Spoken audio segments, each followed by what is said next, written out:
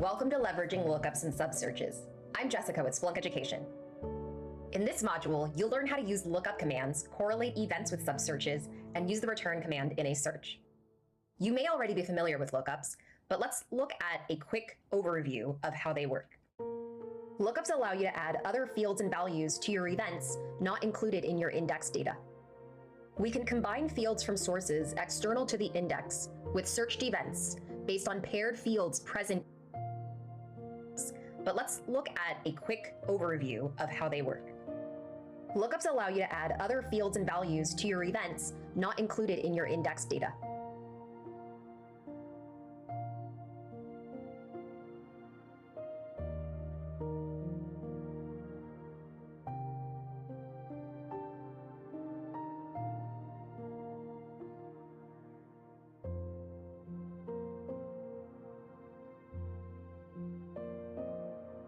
We can combine fields from sources external to the index. Lookups allow you to add other fields and values to your events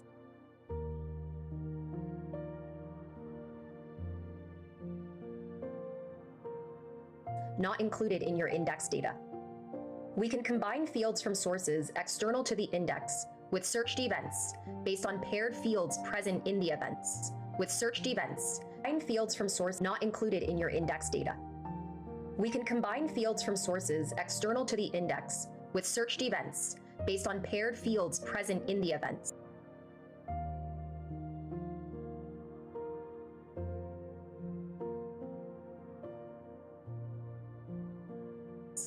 This might include CSV files, scripts, or geospatial data. Some examples would be tying a user's personal information to their RFID or text descriptions for product IDs. Data that would be useful for search, but might not be available in your index. After a lookup is configured, you can use its fields in search and it shows up in the field sidebar. By default,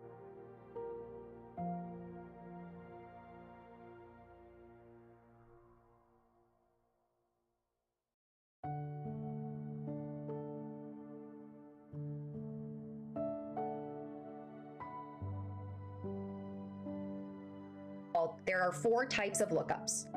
File-based lookup,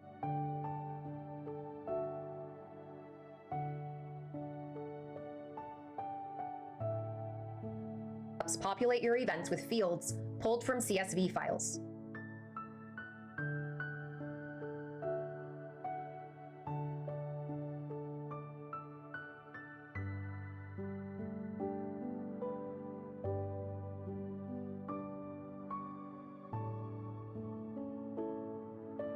External lookups append data to your events through the use of Python scripts or binary executables.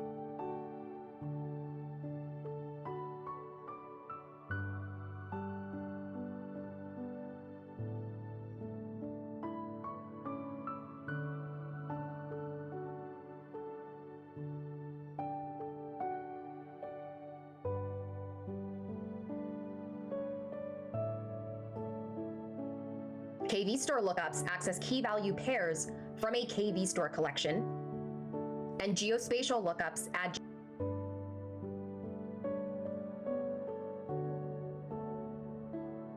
a KV-store collection.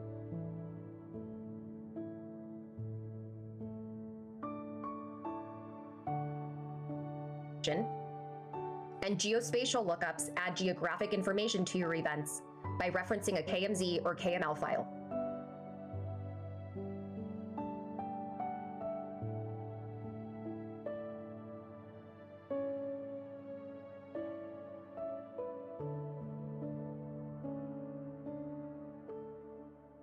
Information to your events by referencing a KMZ or KML file.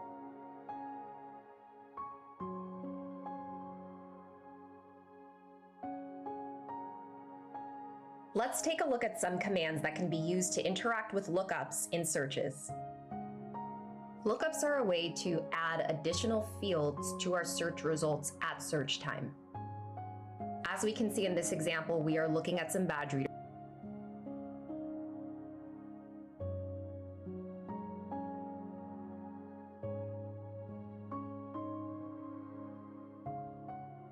At search. Lookups are a way to add additional fields to our search results at search time. As we can see in this example, we are looking at some badge reader data. And if we expand an event, we can see the fields associated with that specific event. There is an RFID number, which stands for radio frequency ID number, that is associated with an address description, but we don't necessarily have any information about who the user, first name, last name, email, and department information is. So in that case, we are going to leverage a lookup by bringing in these set of fields that are associated with each specific RFID value and look at the associated user with the details of that user.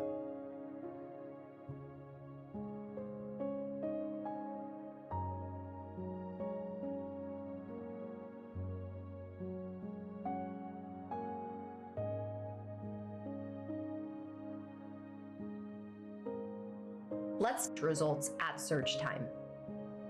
As we can see in this example, we are looking at some badge reader data. As we search results, a way to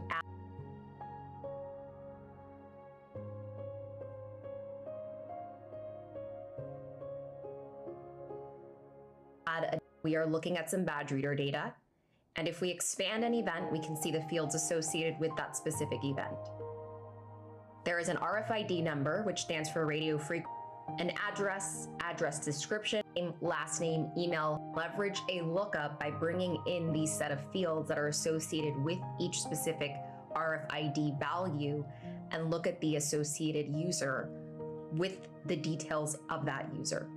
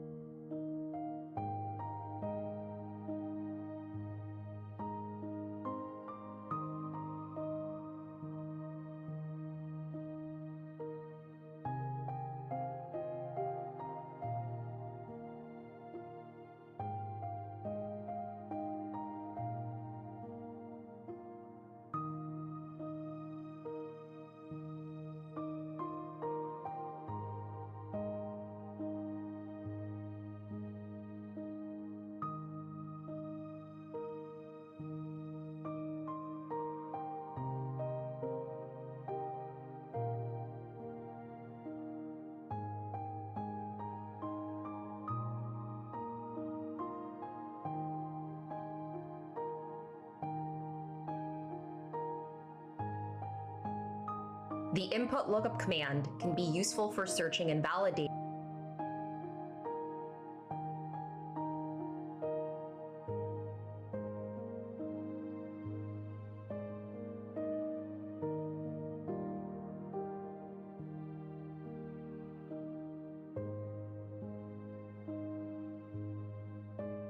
the contents of a lookup table. The input lookup command is a generating command, which means that it is going to be the first command in our search and it will not be preceded by a search.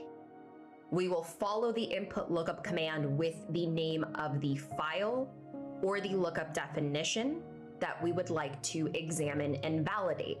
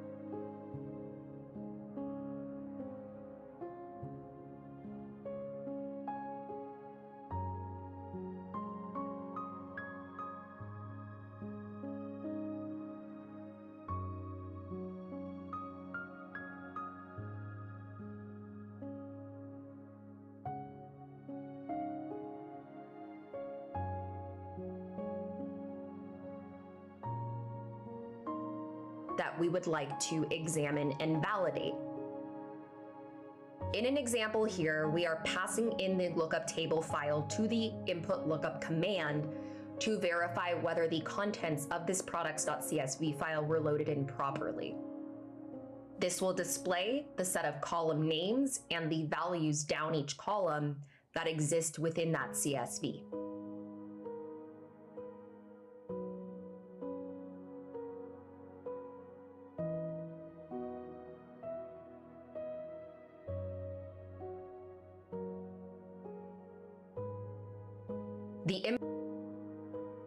The input lookup command is a generating command, which means that it is going to be the first command in our search, and it will not be preceded by a search.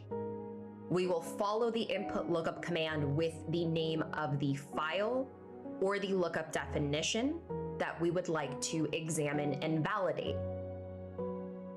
In an example here, we are passing in the lookup table file to the input lookup command to verify whether the contents of this products.csv file were loaded in properly. This will display the set of column names and the values down each column that exist within that CSV.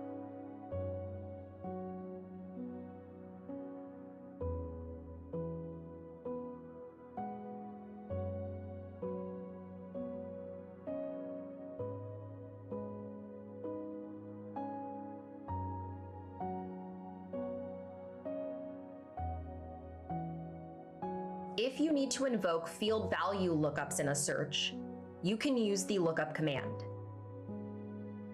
The lookup command is the command that we use to populate the fields being brought into our search results at search time from our external lookup file. To our search result, we use to populate the fields being brought into our search results at search time, like the fields being brought into our search results at search time from our external lookup file. This lookup command is preceded by a search, and it is going to be followed by the name of the lookup definition and the set of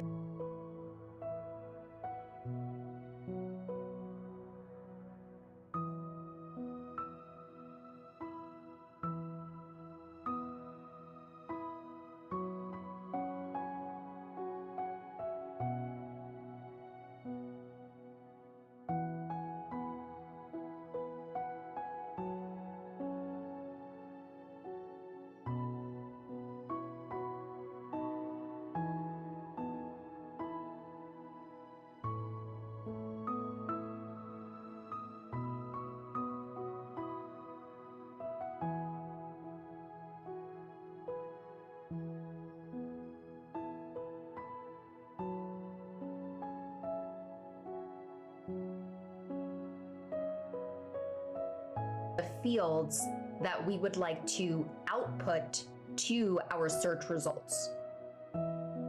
To definition, and it is going to be followed by the name of the lookup definition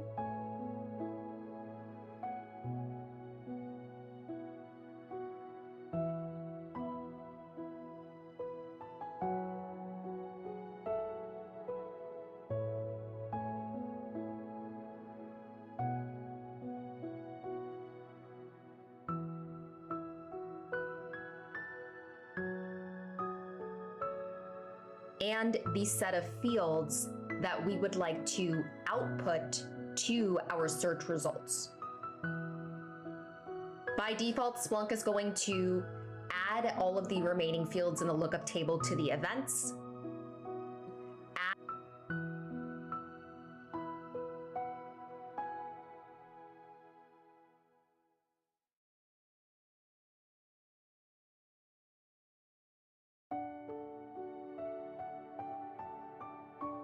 Add all of the remaining fields in the lookup table to the events. We can be explicit about what set of fields we would like to output by following this output clause with the set of lookup fields.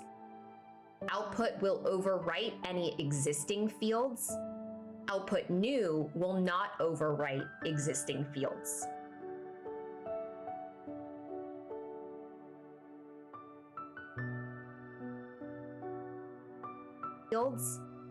output this output explicit about what's the events. We can be explicit about what set of fields we would like to output by following this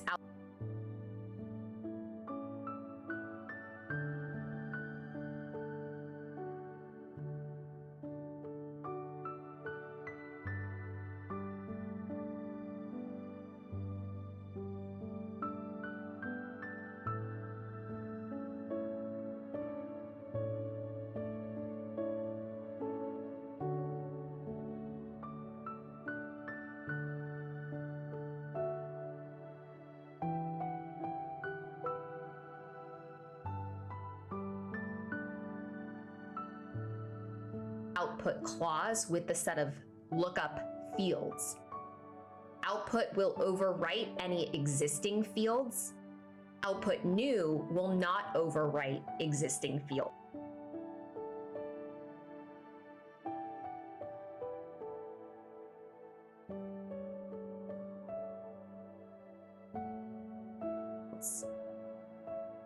These fields will only be available in our search results for as long as this lookup command exists within our search.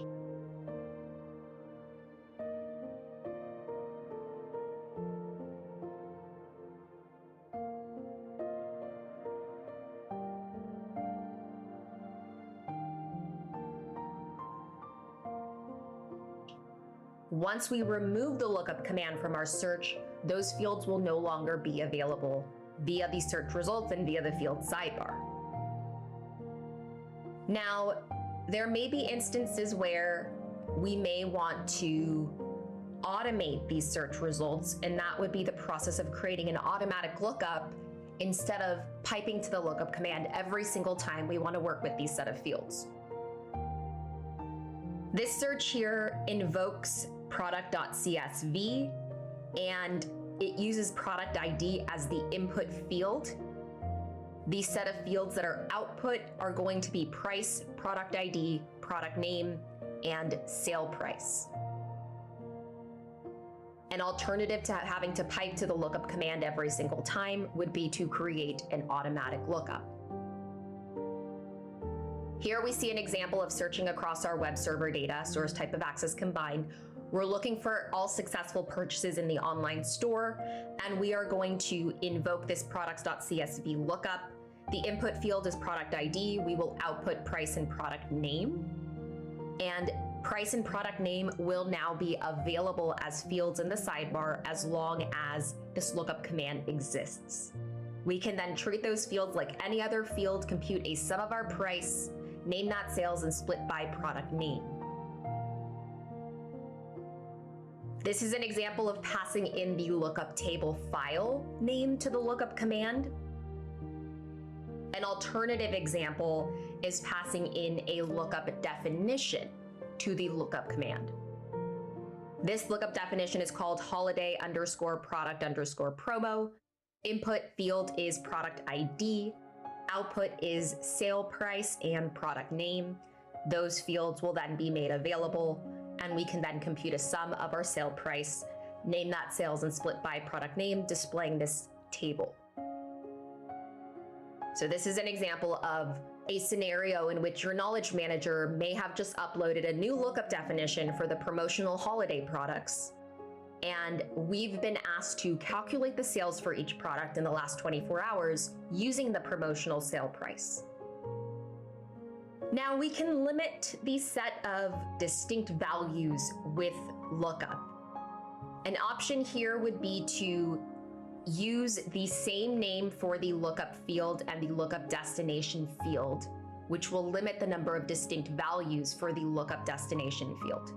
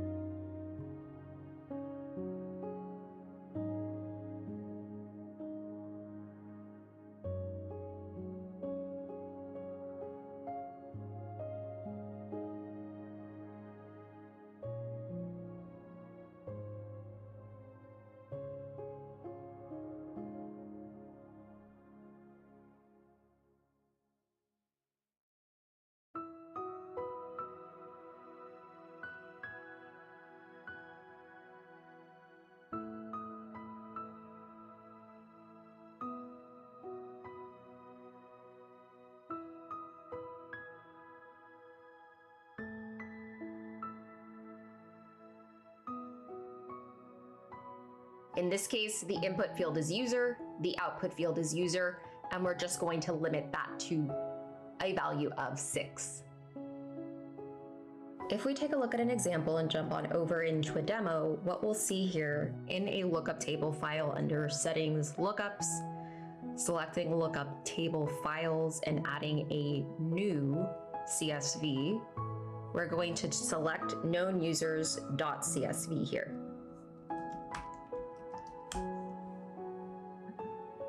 We'll go ahead and give this file a name, save that, and from there, select the owner as myself, verify that that CSV file was loaded in properly, and then create a new lookup definition.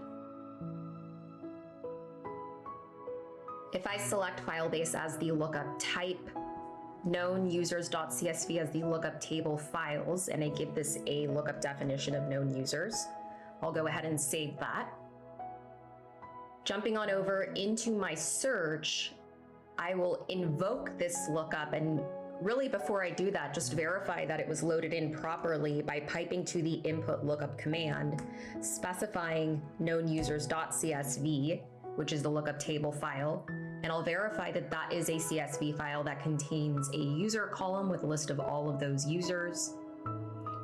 And I, from there, may be interested in running a brand new search, invoking this lookup across my security index, source type of Linux secure, across the last 24 hours. We'll take a look at our events, and we are going to filter on the set of known users. Currently, we'll see that we have 100 values for this user field, but once we invoke the lookup here, by piping on over into the lookup command, specifying known users.csv, user will be the input, output will be user, renaming that as new user, because we are going to filter on only those set of known users. So we'll go ahead and run that search, and we'll notice in the field sidebar that we have the original user field. However, we have a new user field that's only filtering on those set of known users in our events coming from that CSV.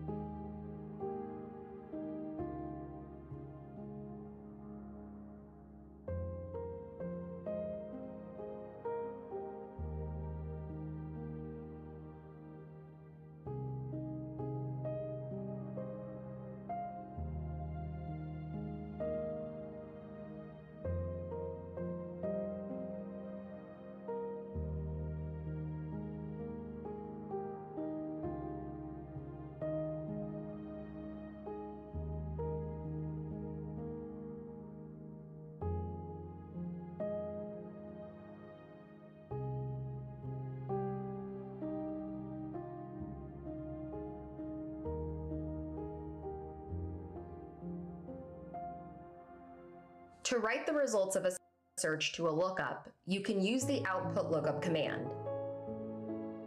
The output lookup command is preceded by a search. That search's results are going to be written to the specified file name or lookup definition that is specified in the output lookup command.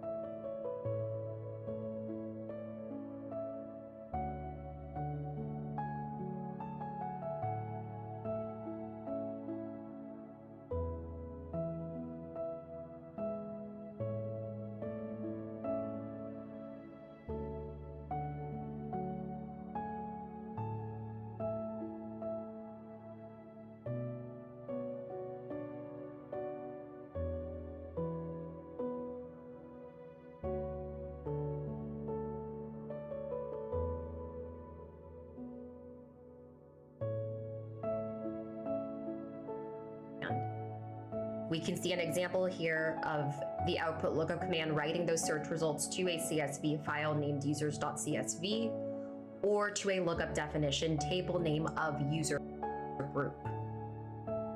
That lookup will be created in the app that we are currently running that search in by default.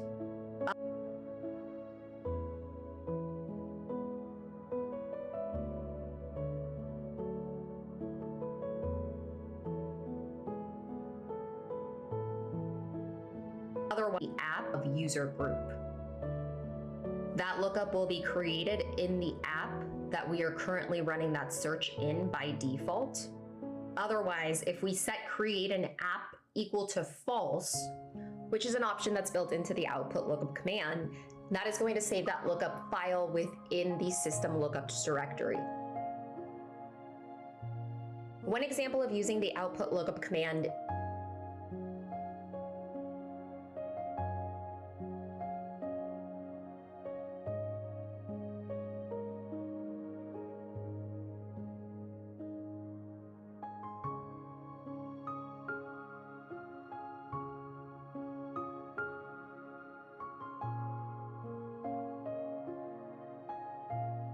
is running a search that is saved as an alert, where we are using it to create a searchable lookup. In this example, we're searching across our failed Linux secure events across the last 30 days. We're going to get a count of events by user and compute the daily average by dividing the count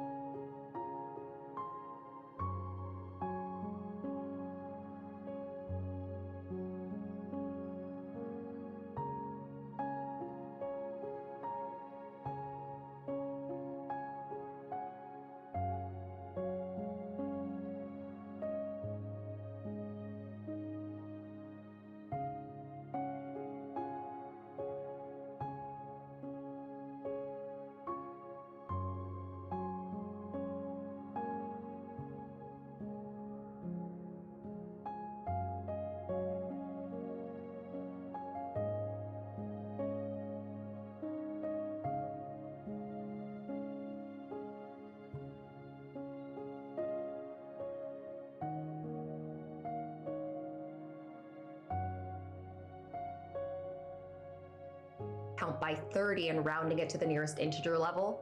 And from there, writing those results over to this CSV file called averages.csv, which is going to be created in the application that we're currently working in. From there, we can save this as a report or an alert, run it on a schedule, and that averages.csv file will be updated frequently, and we can then use the input lookup command to verify the content and update. In this example, where we are using it to running a search that is saved as an alert, where we are using it to create a searchable lookup. In this example, we're searching across our failed Linux secure events across the last 30 days. We're going to get a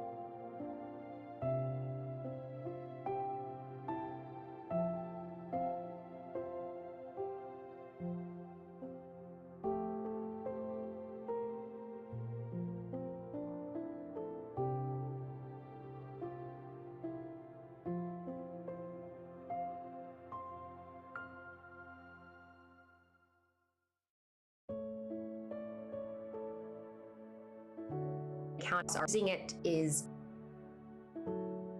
one example of using the output lookup command is running a search that is saved as an alert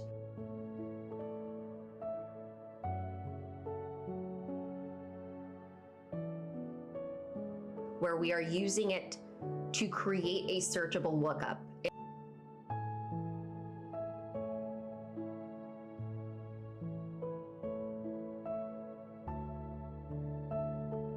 In this example, we're searching across our failed Linux secure events across the last 30 days. We're going to get a count of events by user and compute the daily average by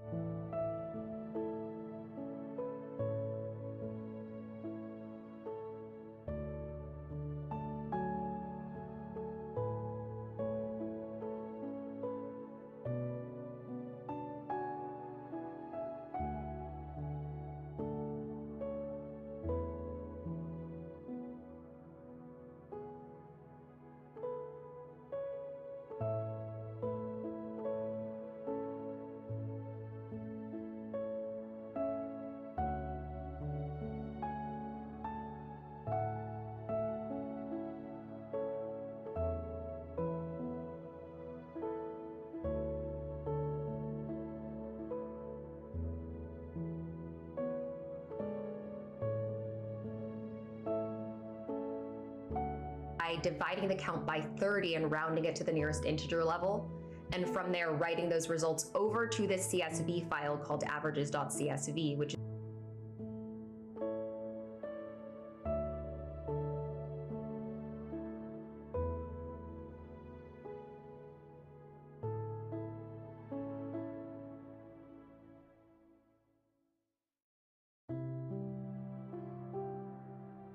is going to be created in the application that we're currently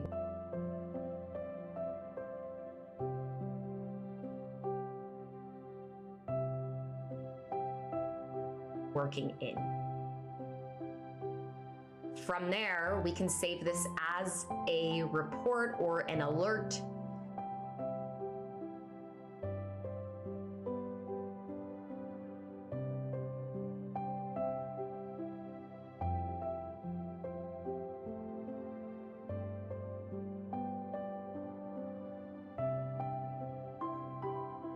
Run it on a schedule, and that averages.csv file will be updated frequently, and we can then use the input lookup command to verify the contents of it.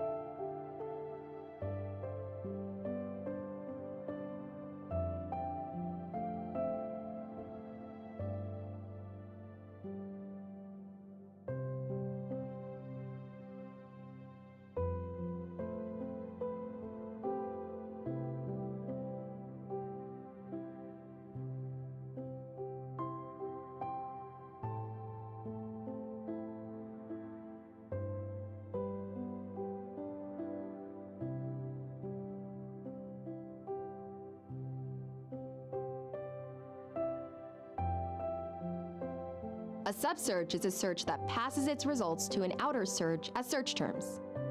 They can be used to narrow down the set of events you are searching on, or use which term. A subsearch is a search that passes its results to an outer search as search terms. They can be used to narrow down the set of events you are searching on, or use with commands to combine results of one search to the result that passes its results to an outer search as search terms. They can be used to narrow down the set of events you are searching on, or use with commands to combine results of one search to the results of another. Subsearches are enclosed in square brackets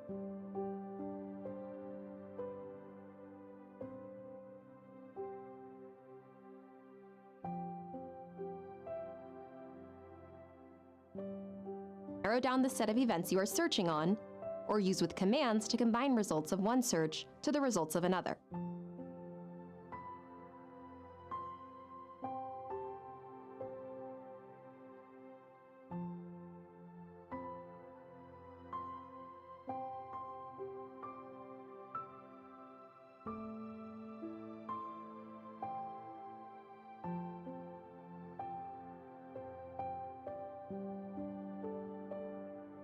Searching on, or use with commands to combine results of one search to the results of another.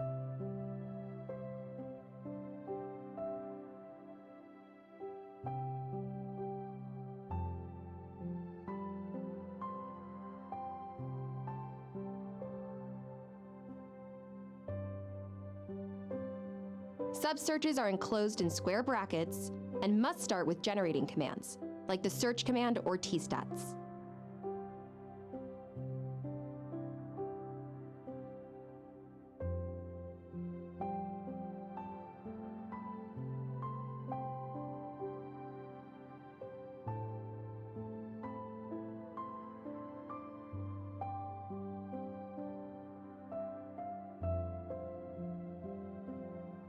Subsearches are always executed first before passing the results to the outer search.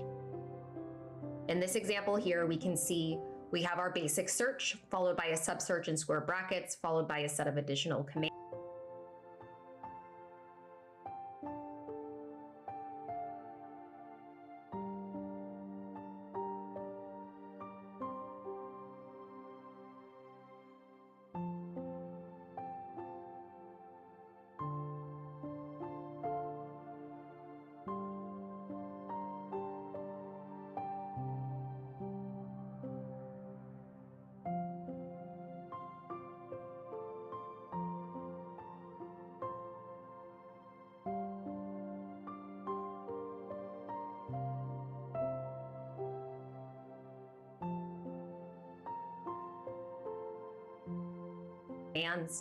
The results of the subsearch will have an or Boolean placed between them, and we will see that search expand into anding the results of that subsearch with those field value pairs separated by or Boolean operators. Now, we loaded in that known users.csv file earlier. We're going to use that known users.csv file within an input lookup command in a subsearch to access that lookup data and pass values to the outer search. In this example, let's go ahead and jump on over into running this search.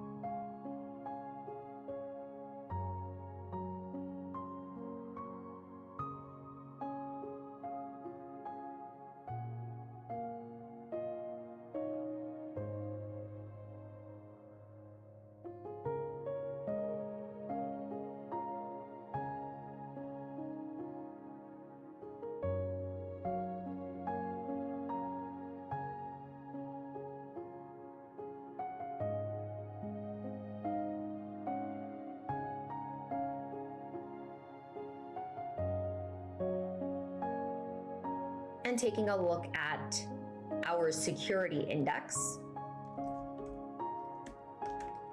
Source type of Linux secure, we're looking for failures, and we want to see the unknown users. We know that we've loaded in the known users from that known users.csv file.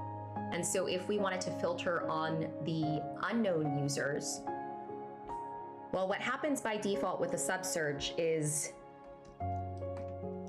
we are going to and the results of that subsearch here. In this case, looking for all of the security events that contain failures and users coming from this known users.csv. If we'd like to exclude those users and only return the unknown users, we'll place a not Boolean in front of that input lookup command, run this search, and what we'll do from there is display this information within a table. Using the stats command, we will look at the unique values of the IP address, name that attacker IP. We'd like to get a count of events as failures, split by user, and we'd like to see which users had more than 3 failures. From here, we'd want to make sure that we sort those failures in descending order. And so we can see that the administrator user had the most failures. These were all of the attacker IPs that specific user used. So in this example here, we are including a not operator before our sub search to exclude these lookup values. And if we take a look at the search job inspector, that search job inspector will display the expanded search string. Heading on into inspect job, scrolling on down into the search job properties, what we will see here is a not Boolean operator placed in front of each field value pair coming from that known users.csv, invoked by that input lookup command within the subsearch in square brackets. In this particular search, this search is going to count the number of failures by source IP. It will return a lot of results. So we'd like to go ahead and improve this search and the results of this search, making them a bit more meaningful and filtering on those particular failed logins not coming from internal IPs. So we will exclude any IP addresses that begin with 10, get a count of events by source IP, and look at where the count is greater than 10. So look at where we have more than 10 failed login attempts. But it may still be unclear in terms of which of these IP addresses ended up successfully accessing the network. So what exactly are we trying to find? An external IP address with multiple failed attempts and 1 or more successful attempts to access the network with a valid password. So in this case, we'd like to use a subsearch to find these specific IP addresses that have received multiple failed events and send those to the outer search to see which ones were able to access the network. So we will build out a subsearch to do this. Let's go ahead and run an outer search and inner search separately and see what events we get returned. Running a search across index equal to security, source type of Linux secure, I would like to see the IP addresses that were accepted and were able to log in successfully across the last 24 hours. Now I can place those IP addresses on a table. However, I also want to see which of those failed to log in more than 10 times and were eventually accepted into the network. So in that case, that's going to require searching across failed passwords, excluding the internal IP addresses,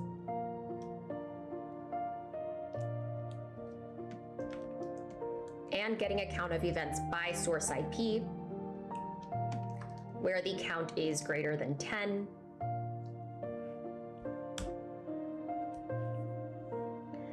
And we can see this table here displaying those IP addresses that failed to log in with a count greater than 10. Now, of these IP addresses, which ones were eventually accepted into the network? Well, that would require passing these list of IP addresses to an outer search that will filter on Linux secure events that contain that term accepted in them. So what we'll do is we'll wrap this specific search as our subsearch. The subsearch needs to begin with a command, so this will begin with a search command. And we will precede this with index equal to security, source type of Linux secure,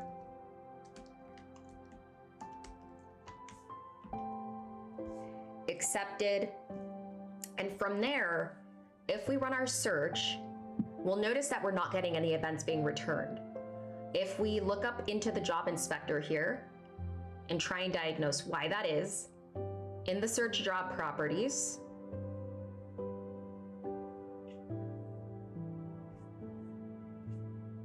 we'll notice that we are returning a count and a source IP in that subsearch, where we're only really interested in returning an IP address to filter on those IPs that were eventually accepted into the network.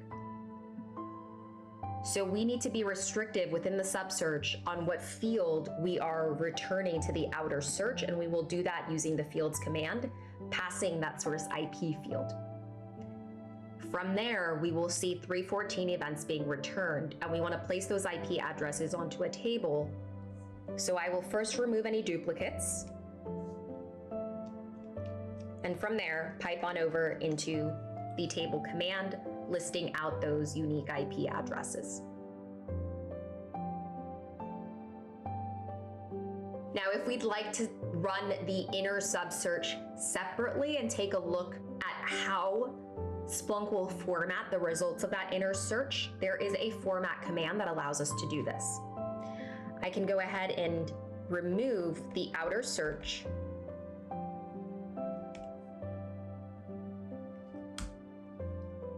run the inner subsearch, and we'll notice that we have two fields returned in our table. If I pipe this to the format command, the way that these results will be formatted will be as field value pairs with count and source IP, with OR Boolean operators placed between them. Which is why using the fields command and only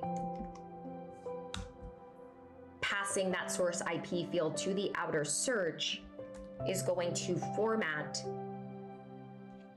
those IP addresses with OR Booleans placed between them, and those will be used as filters for the outer search.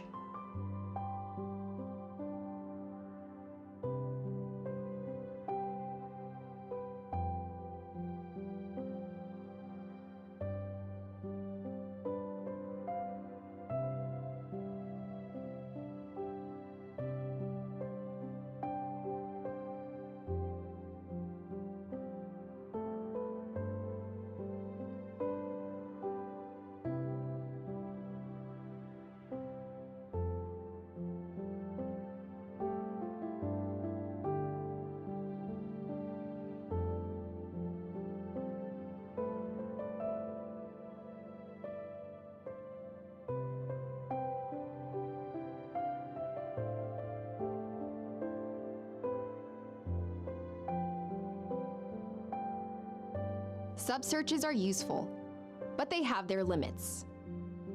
Multiple subsearches can be used in a search, and subsearches can be nested. But be careful, each subsearch requires an additional search on your deployment, which could quickly eat up memory and CPU.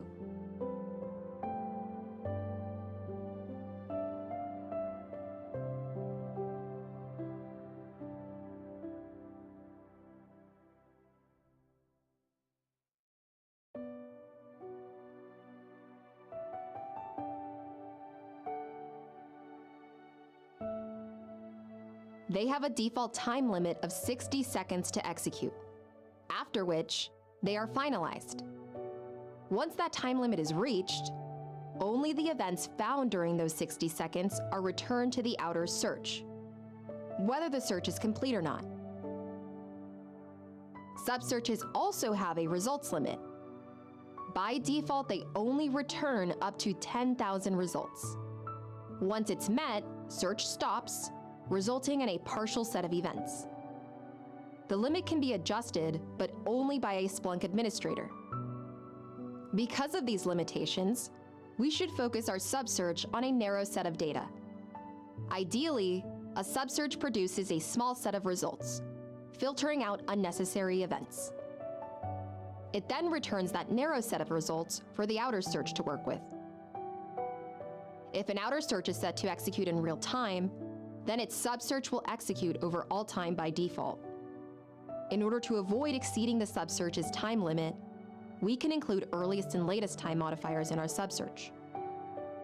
Subsearches are slow. After all, there are 2 searches instead of 1. If you can use a combination of stats and eval in a single search instead, they typically perform better. A rule of thumb should always be to only use a subsearch when there is no other way to retrieve the data you need.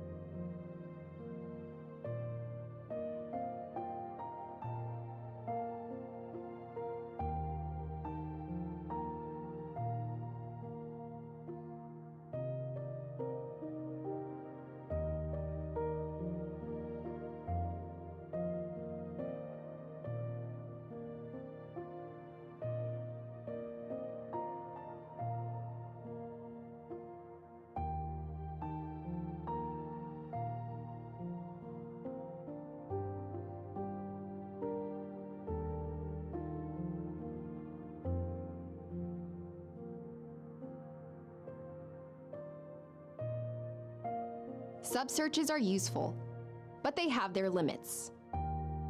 Multiple subsearches can be used in a search, and subsearches can be nested. But be careful, each subsearch requires an additional search on your deployment, which could quickly eat up memory and CPU. They have a default time limit of 60 seconds to execute, after which they are finalized. Once that time limit is reached, only the events found during those 60 seconds are returned to the outer search, whether the search is complete or not. Subsearches also have a results limit. By default, they only return up to 10,000 results. By a Splunk administrator, a subsearch produces a small set of avoid exceeding the subsearch's time limit. We can include in order to avoid.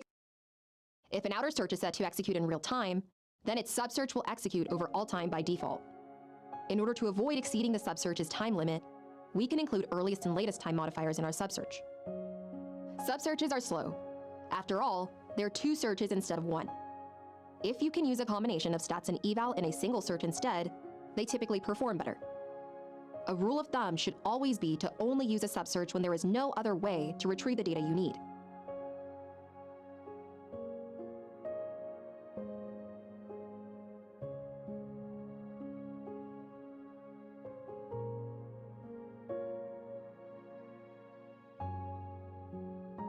Now let's take a look at an additional example here.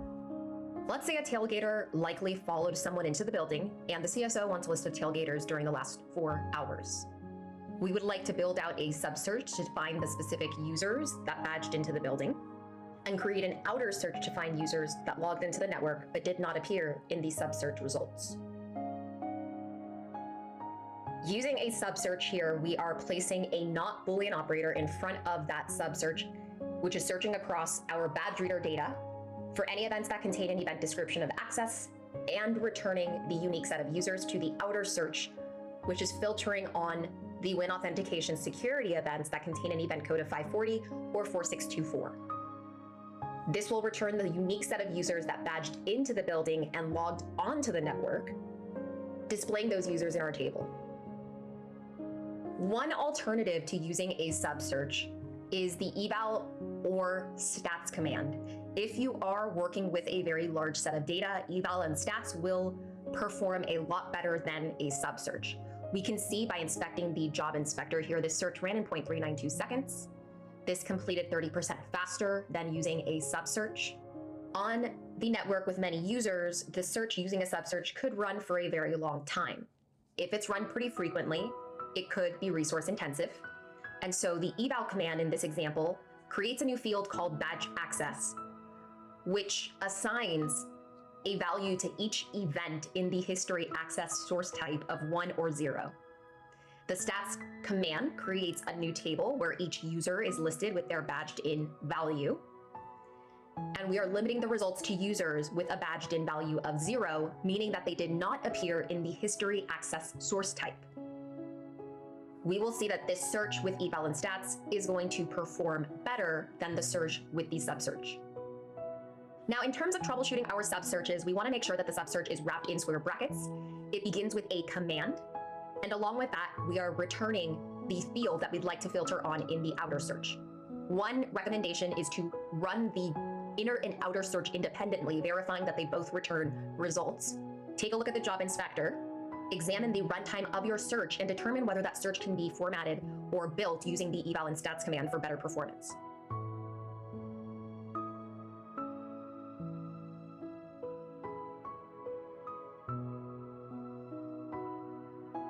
Begins with a command. One recommendation is to run the inner and outer search independently, verifying that they both return results.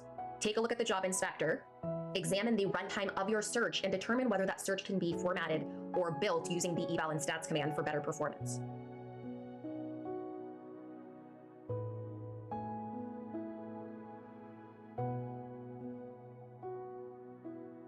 The return command is used to pass values from a subsearch to the outer search. In most cases, using the return command at the end of a subsearch removes the need for the used to pass values from a subsearch to the outer search. In most cases, using the return command at the end of a subsearch removes the need for the fields command a rename command format a subsearch. In most cases, using the return command at the end of a subsearch removes the need for the fields command.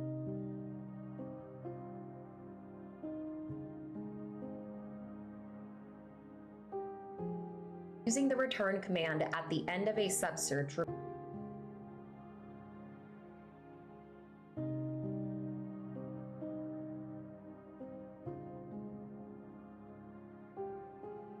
removes the need for the fields command, a rename command format dd.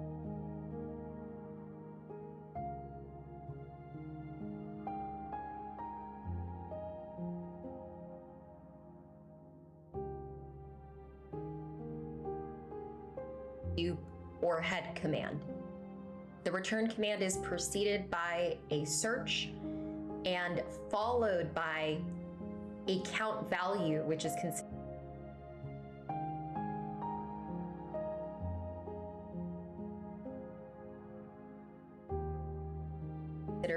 an integer, which will specify and tell Splunk a count value.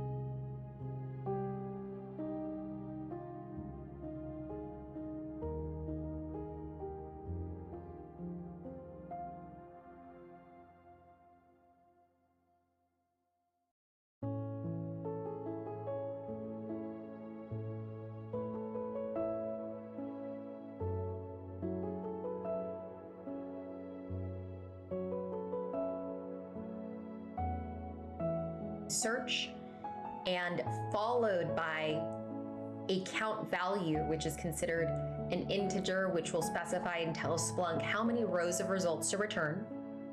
By default, it will only return the first row.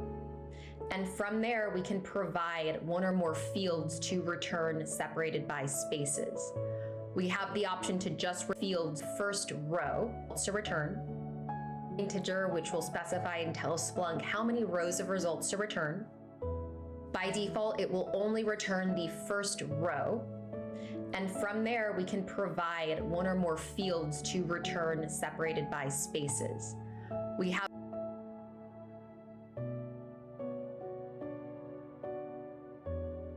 one or more fields to return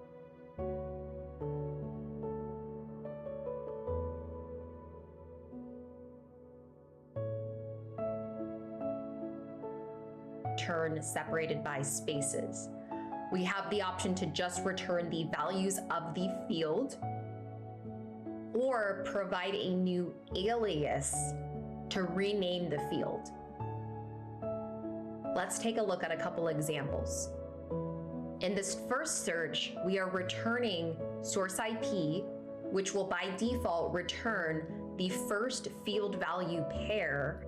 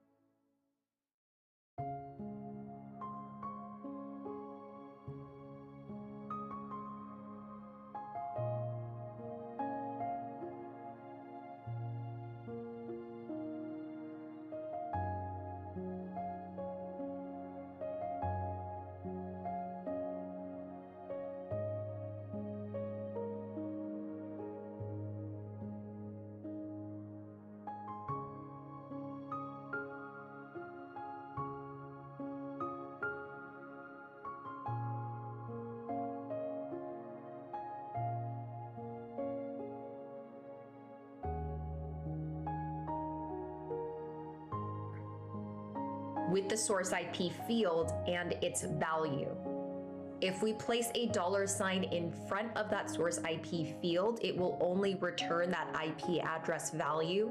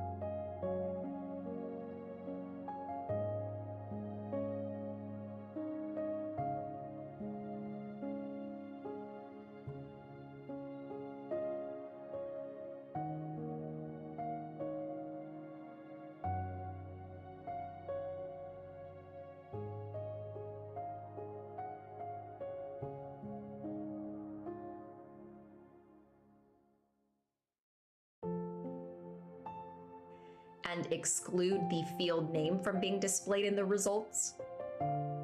And if we provide an alias in front of the equal sign, followed by the name of the field that we're working with, in this case, source IP, this will rename source IP to that alias field name of IP. Typically, this is done if the outer search results has a field name differently than the field name in the inner search results. In this case, the field may be named IP, and we can quickly rename it using the return command. If we're comparing return to the fields command, we can see here that the fields command will display and return all of the field value pairs of source IP.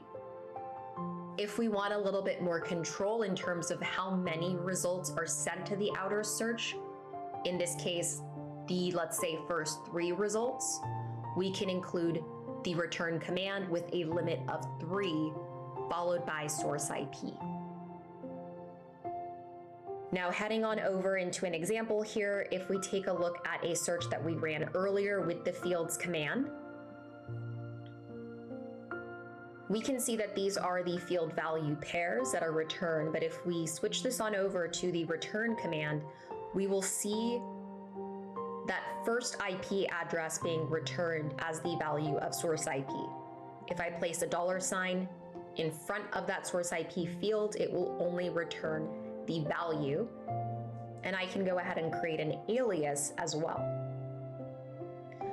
Setting a limit here will return the first 5 IP addresses separated by an OR Boolean. In this case, allowing us to be a little more restrictive in terms of how many values are passed into that outer search. It has been a pleasure joining you and learning more about using lookups and subsearches.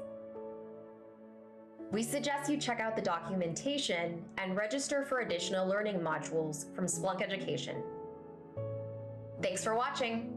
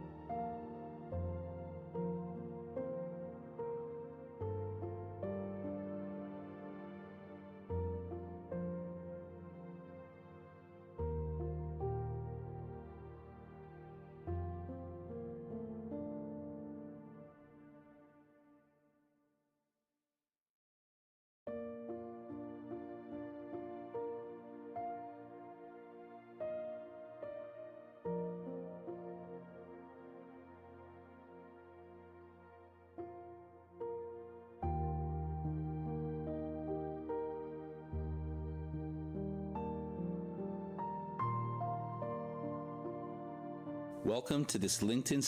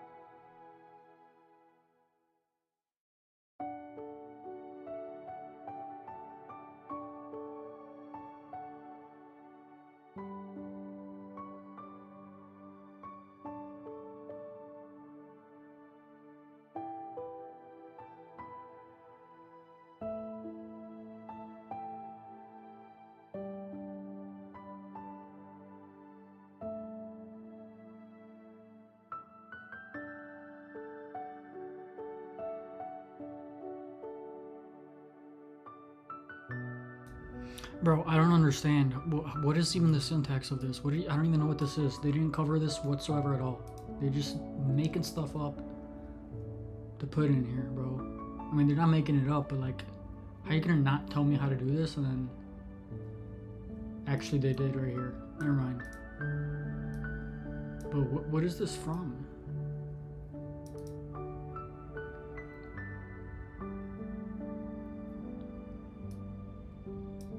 Do I have to match against the event?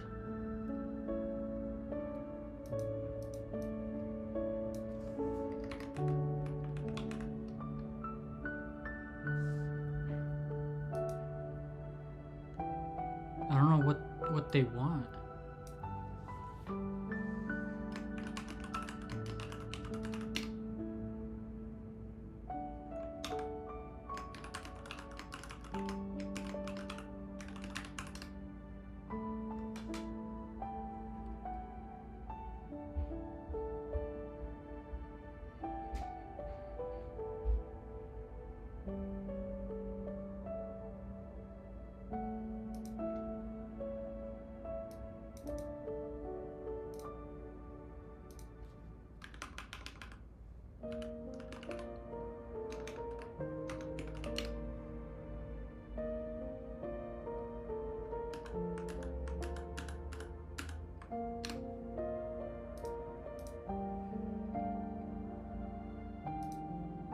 Bruh, no idea how this works. I don't know what they want.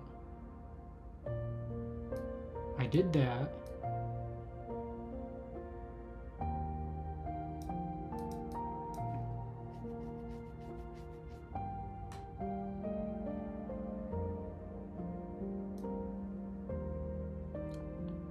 I did this. I literally typed it in and nothing came up. Look, I even have it in right here.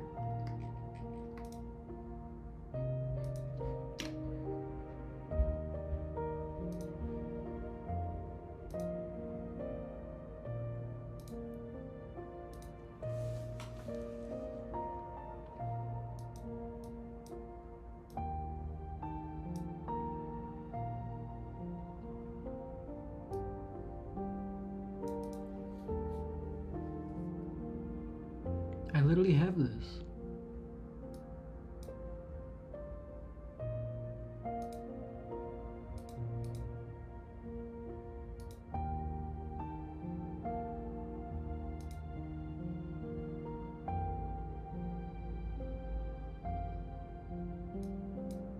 Bruh. What is the issue?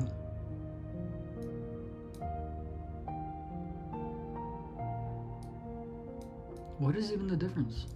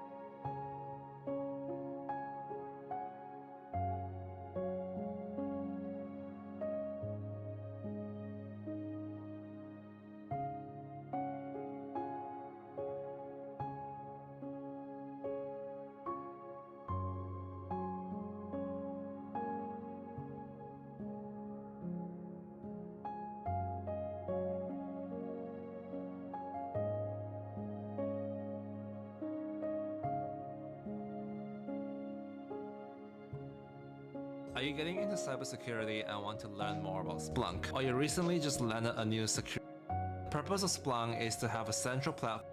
Say you went grocery shopping. This would be an event which contains fields like, let's hop into Splunk, we can ingest different.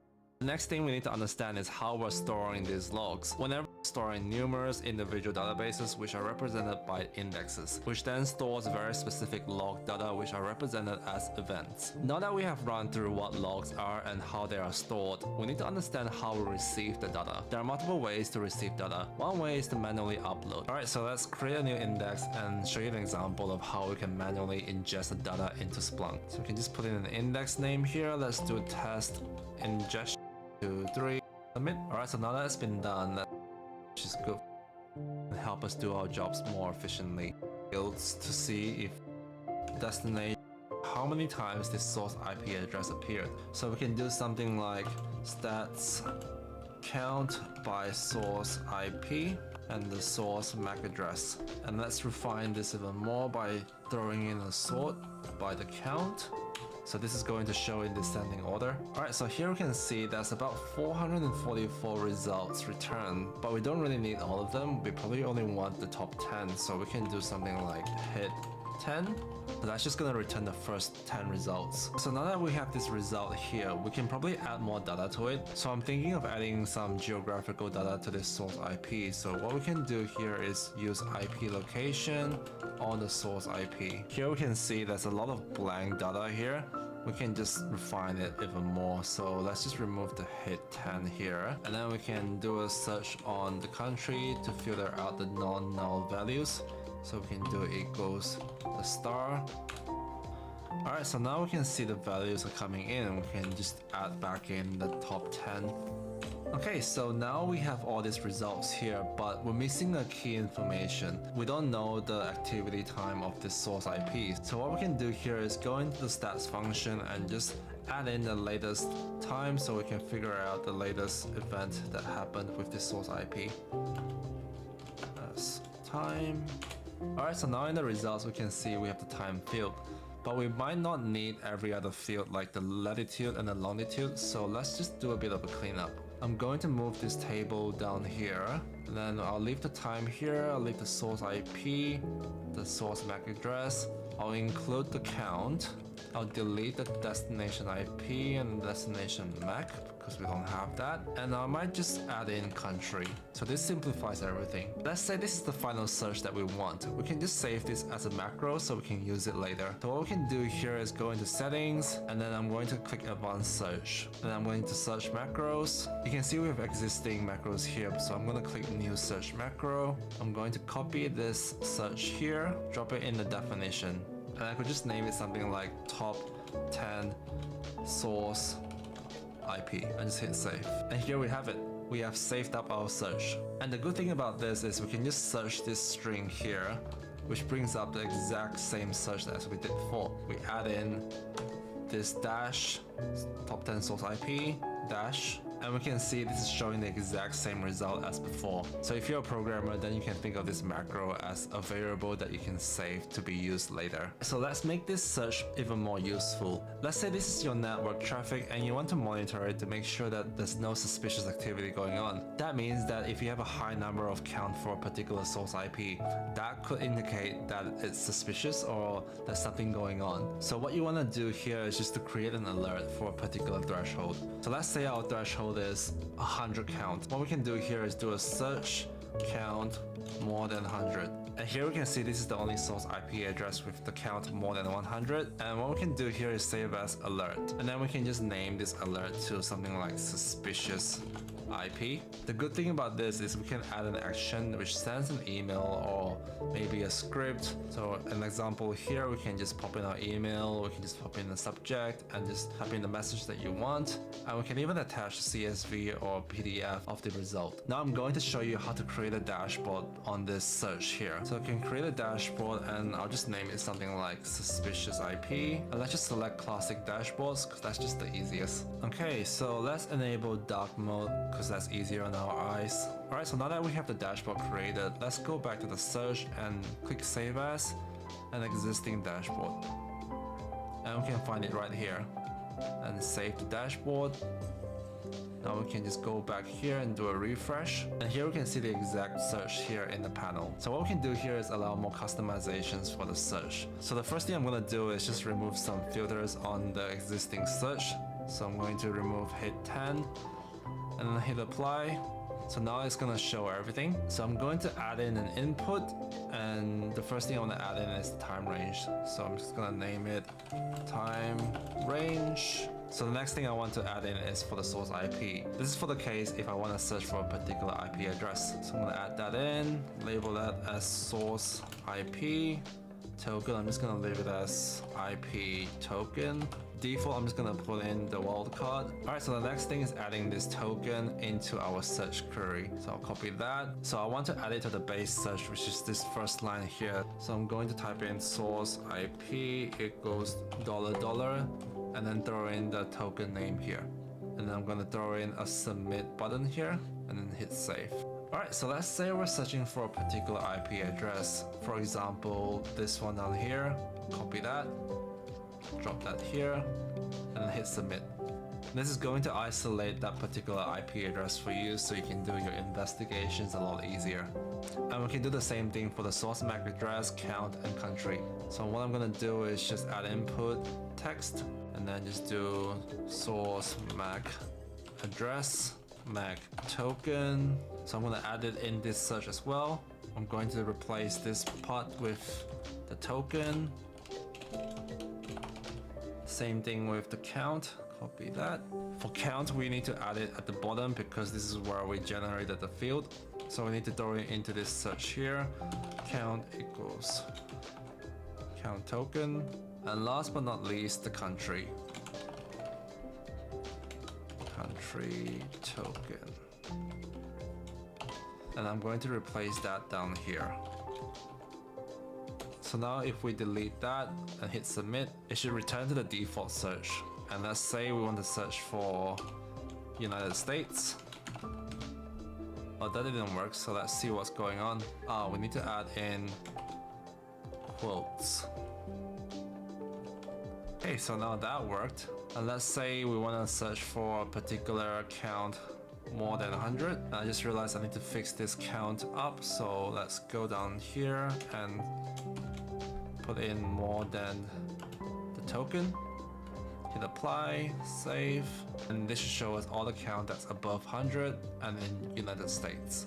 So having a dashboard like this is really helpful when you're performing an investigation, so you don't have to build your search from the bottom up every time. Okay, that's it from me on this video. Hope you guys enjoyed it. I'll try to stick to a video posting schedule, but I'm still trying to balance my full-time job and being a content creator. Anyway, check out my channel for more content like this.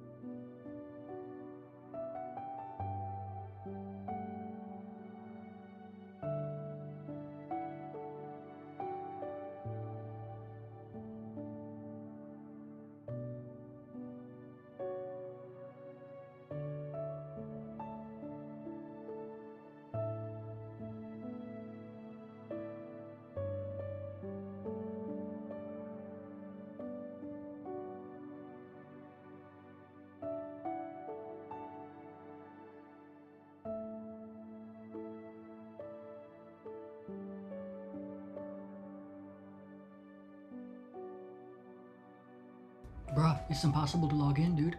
It's taken like 10 minutes to send this token.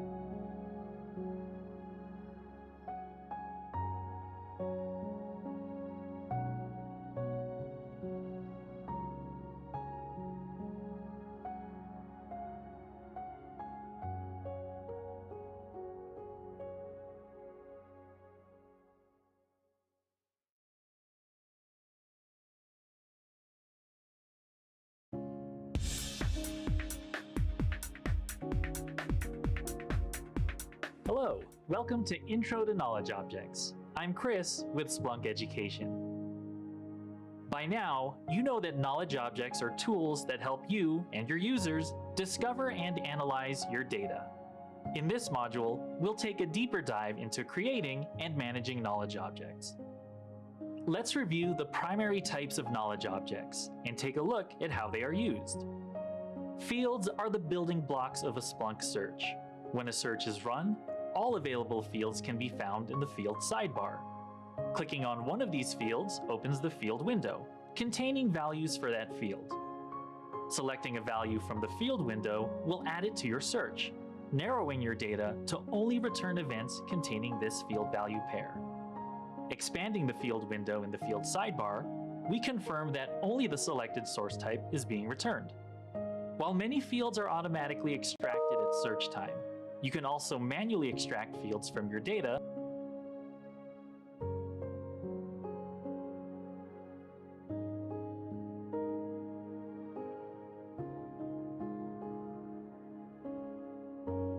using either a regular expression, or regex, or a delimiter, such as commas, spaces, or special characters.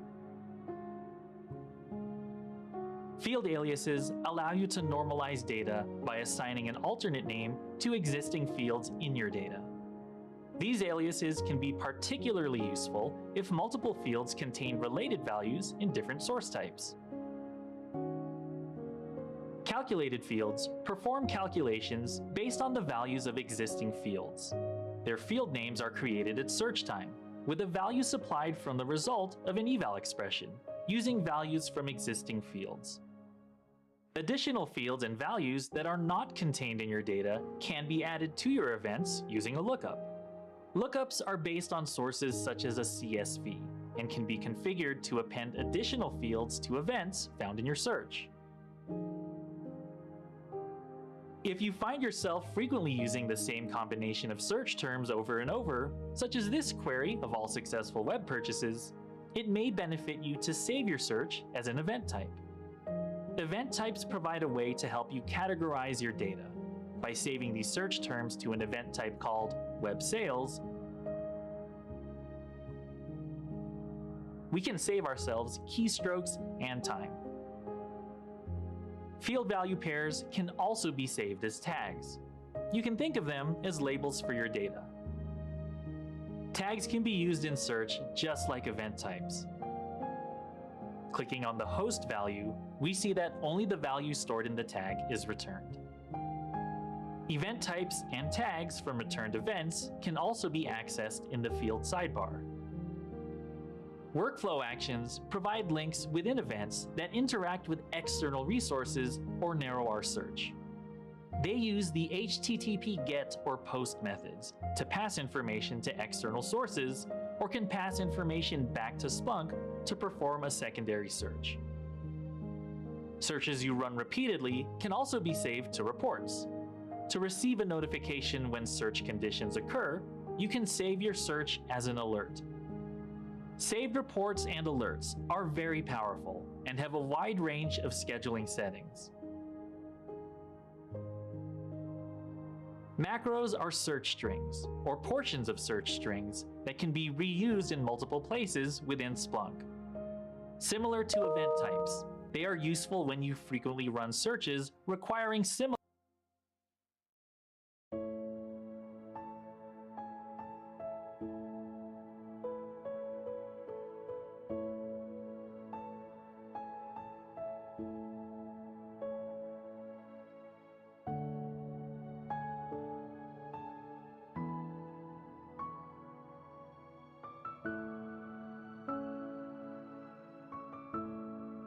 or complicated search syntax. Macros allow you to store entire search strings, including commands. And finally, data models are hierarchically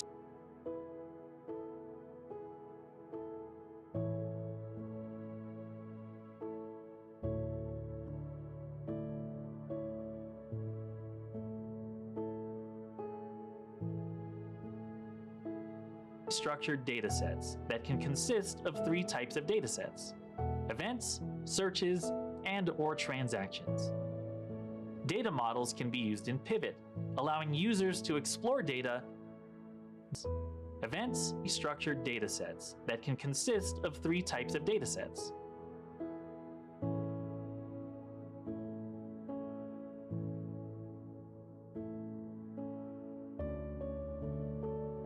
events, searches, and/or transactions. Data models can be used in Pivot, allowing users to explore data in a graphical interface without ever having to understand the Splunk search language.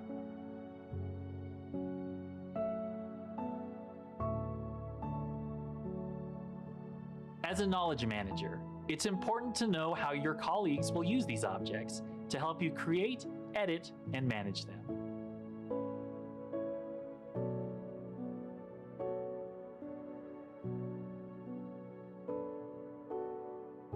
Creating specific types of knowledge objects is outside the scope of this module.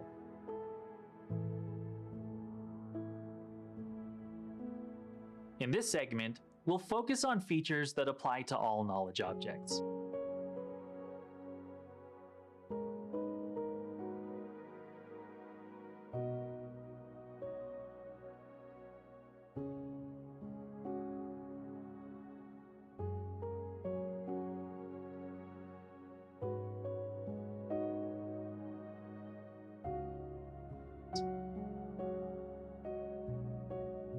Developing a naming convention will help us and our users know exactly what each knowledge object does, and will help keep our Splunk toolbox uncluttered. We suggest you name your objects using 6 segmented keys: group, type, platform, category, time, and description.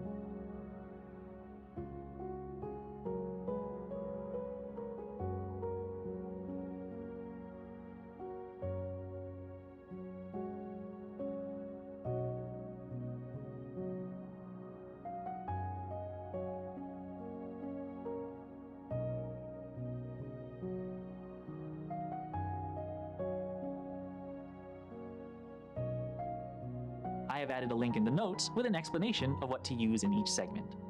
As an example, if we had a security-focused workflow action we were creating for the operations team that would return information about a user's IP, we would use a group of OPS for operations, a type of WFA or workflow action, a platform of network, a category of security.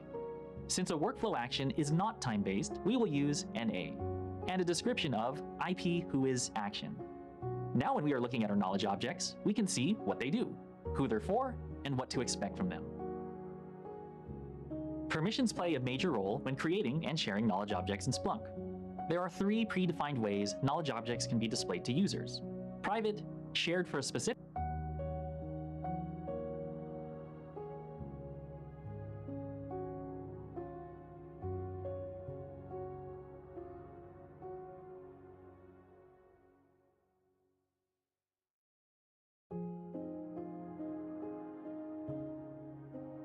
app, or shared in all apps. When a user creates an object, it is automatically set to private and only available to that user. Power and admin users are allowed to create knowledge objects that can be shared for all users of an app. They may allow other roles to edit the object by granting their role with write permissions, or hide it from them by removing read permissions. An admin is the only user role that is allowed to make knowledge objects available to all apps. As with shared and app objects, these are automatically made readable to all users, but the admin can choose to grant read and write access per role. Admins can also read and edit private objects created by any role.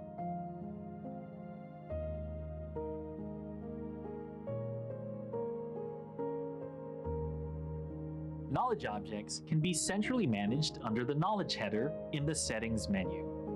From here, you can manage objects by type. Once in a management page, you'll be able to filter and see actions that can be applied to the objects. These might include changing permissions, settings. Knowledge objects can be centrally managed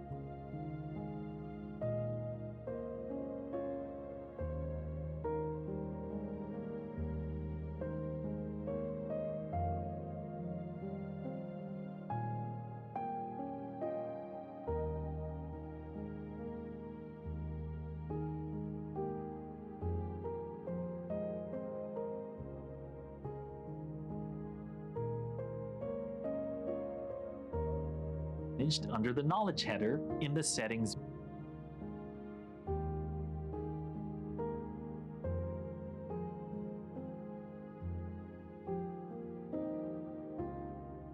menu. From here, you can manage objects by type.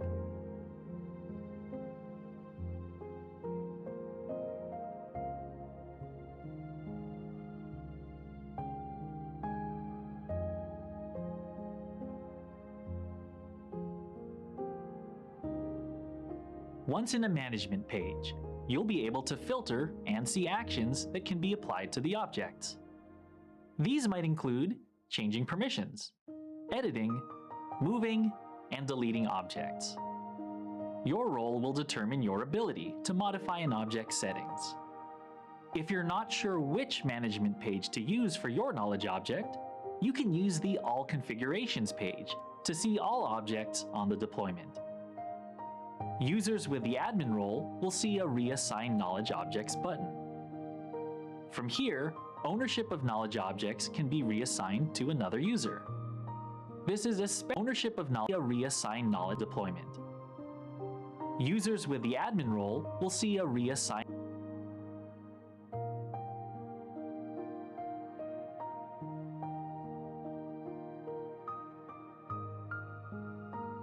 Knowledge Objects button. From here, ownership of knowledge objects can be reassigned to another user. This is especially helpful when you have a user that has left the organization but has knowledge objects that should live on within the deployment. It has been a pleasure to join you on your journey to learning about Splunk. We suggest you check out the documentation and register for additional learning modules from Splunk Education. Thanks for watching.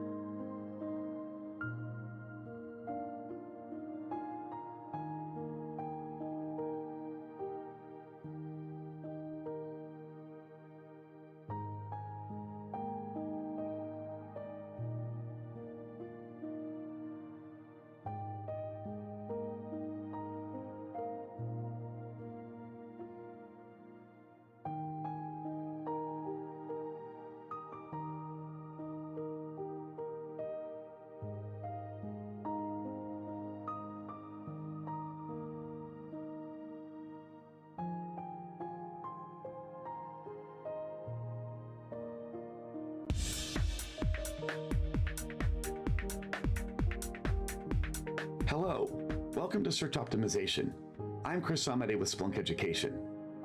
In this module, my colleague Jessica and I will help you to learn about how to optimize a search, accelerate reports and data models, and about some commands you can use to best access those data models. You may already know a little about search optimization, but let's start with an overview of the basics. Search modes determine how much field data is returned and, as a result, affect how fast the search completes. There are 3 search modes to choose from. But let's start with an overview of the basics. Search modes determine how much field data is returned and, as a result, affect how fast the search completes. There are 3 search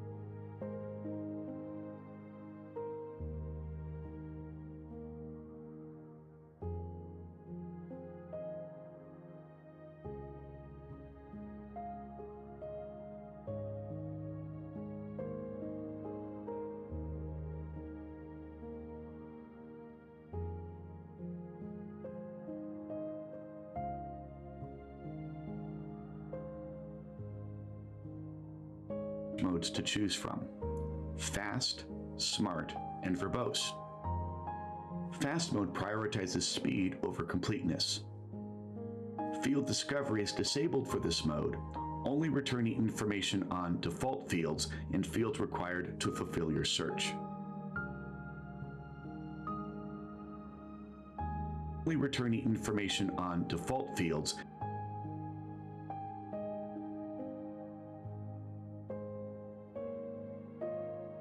and fields required to fulfill your search. Verbose mode prioritizes completeness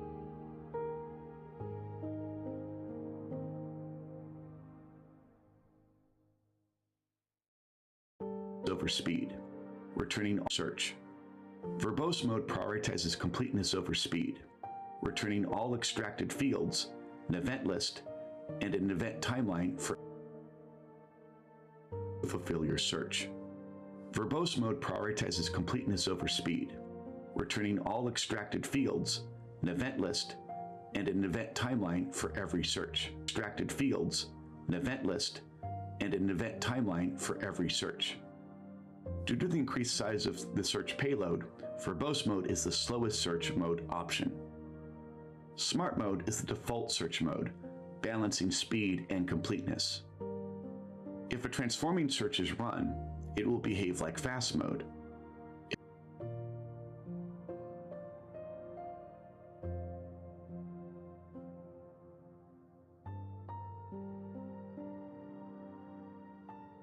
If a non-transforming search is run, it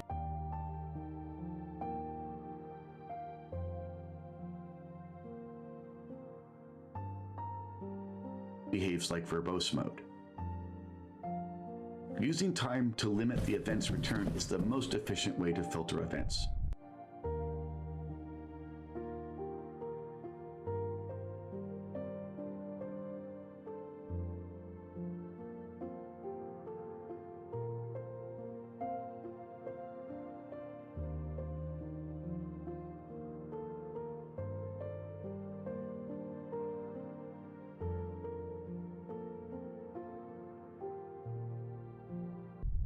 The less data you have to search, the faster Splunk will be.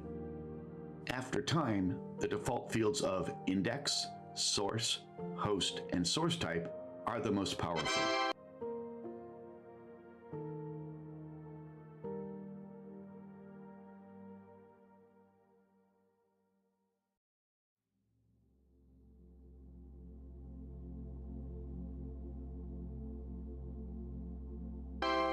These fields are extracted at index time, so they will not need to be extracted for each search. The more you tell the search engine, the more likely it is that you'll get good results. It's better to search for failed password instead of just password. Inclusion is generally better than exclusion.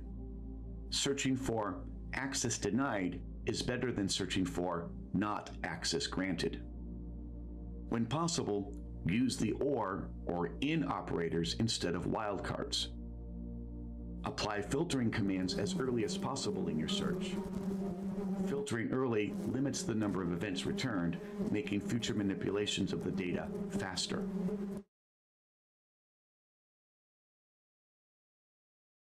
Inclusion is generally in operators instead of cards returned, making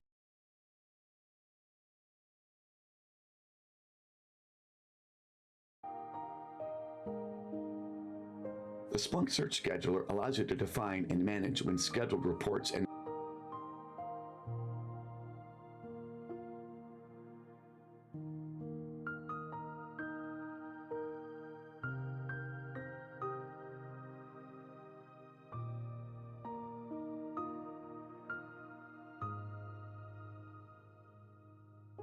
alerts will run. The Splunk Search Scheduler allows you to define and manage when scheduled reports and alerts will run.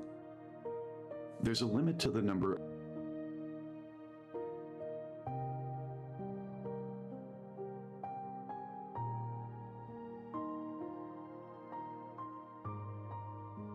of searches Splunk can run concurrently. Alerts will run. There's a limit to the number of searches Splunk can run concurrently, generally based on the number of CPUs, which is tunable.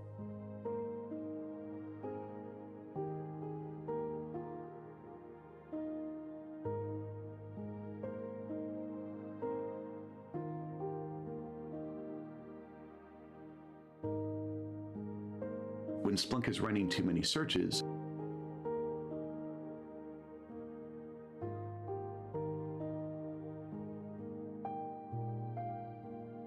the next search that Splunk chooses to run is based on a priority.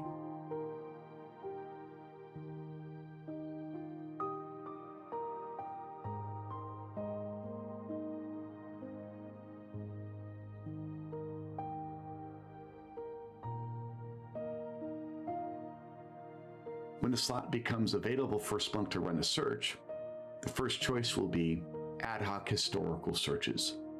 These are searches that are run manually by users, usually through Splunk Web.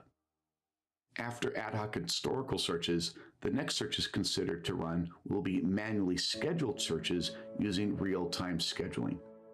Don't get confused by the term real-time here. We're not talking about real-time searches, which run continuously. In this case, the phrase real-time is referring to a scheduling mechanism. With real-time scheduling,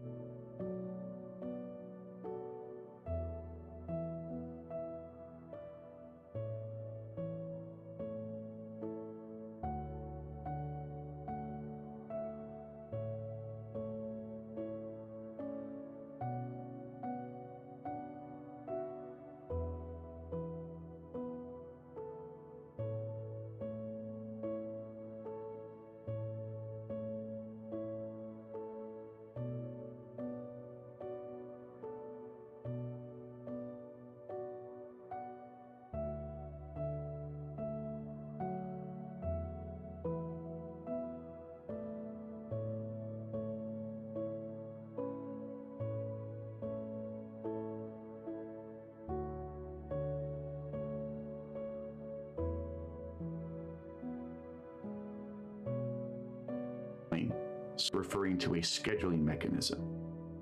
With real-time scheduling, searches actually have the ability to be skipped. Next,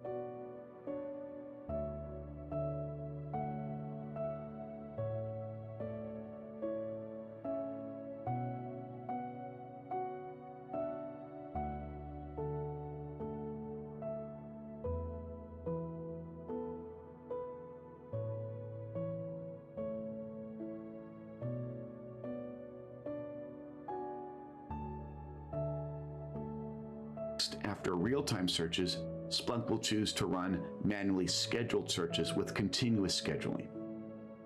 Continuous scheduling differs from real-time scheduling in that searches aren't necessarily skipped, but they can be paused and for extensive periods of time. And then finally, the last consideration is automatically scheduled searches.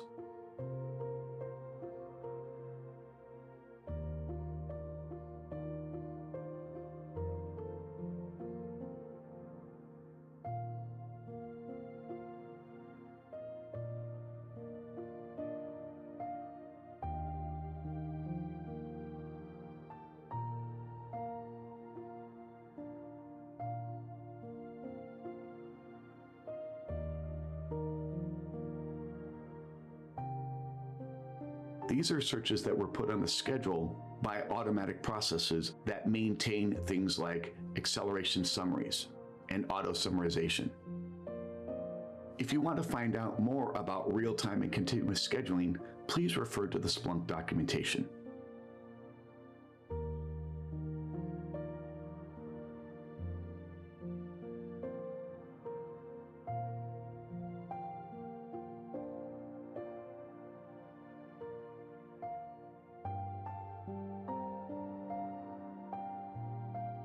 While Splunk can scan massive amounts of data, the time it takes to return results will be affected by the number of events summarized in the report.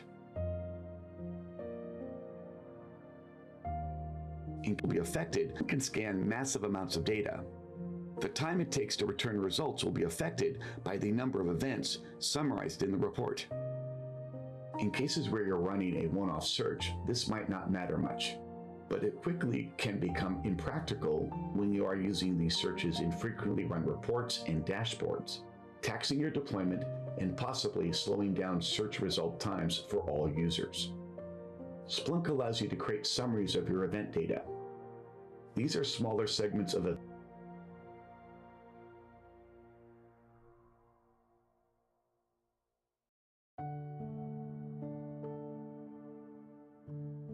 data, populate summaries of your event data. These are smaller segments of event data populated by background searches that only include the data needed to fulfill the search. When you run a search against one of these summaries, it should populated by background searches that only include the data needed to fulfill the search. When you run a search against one of these summaries,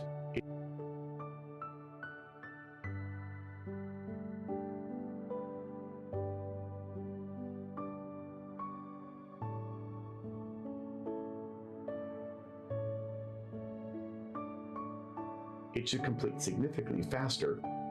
When you run a search against one of these summaries, it should complete significantly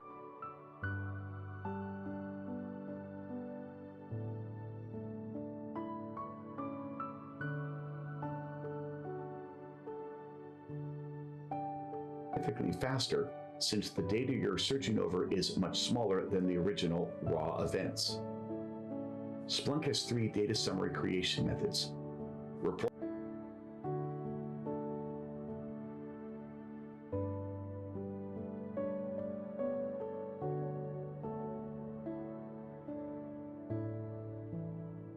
acceleration, summary indexing, and data model acceleration.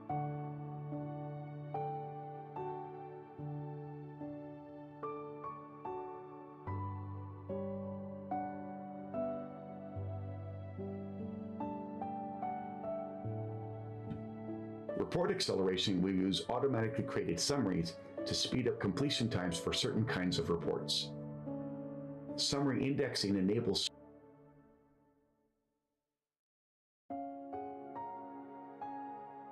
completion time.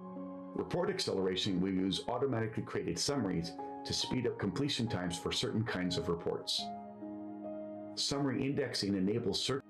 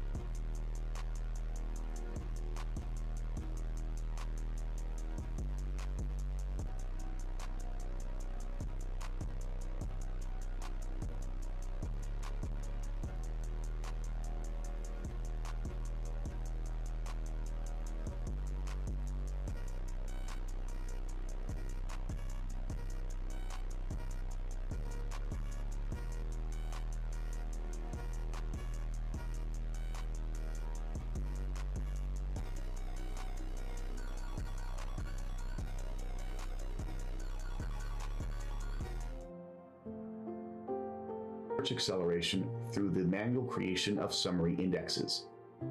These indexes exist separately from other indexes. Summary indexing enables search acceleration through the manual creation of summary indexes.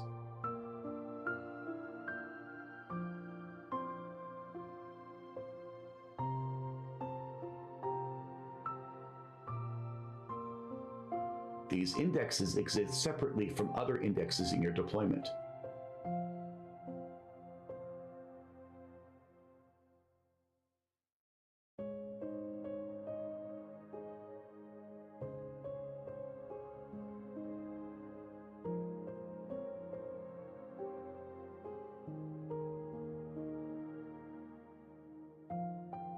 Data model acceleration will accelerate all fields defined in a data model.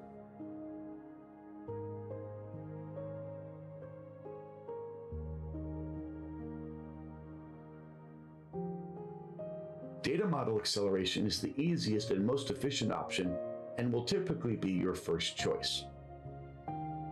Summary indexing is recommended only for reports that don't qualify for acceleration and is out of the scope of this module.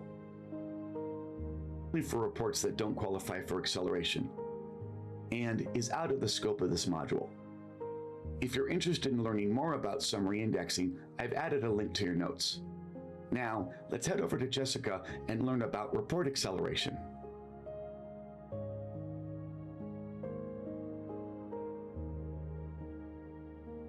Report acceleration is used when you want to accelerate individual reports and is easy to set up.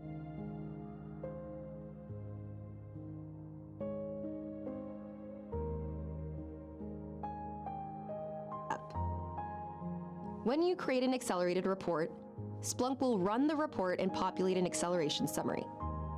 Acceleration summaries at a basic level are stored search results accelerated.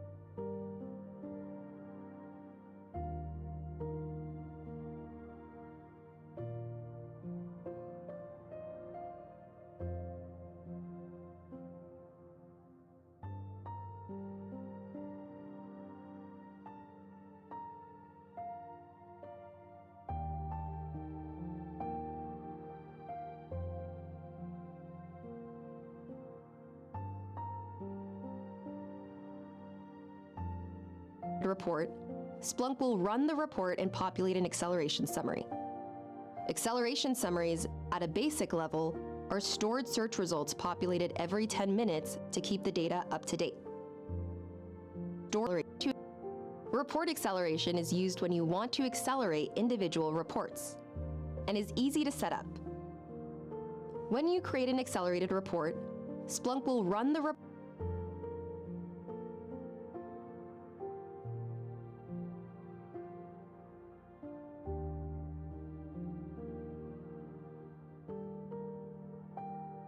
and populate an acceleration summary.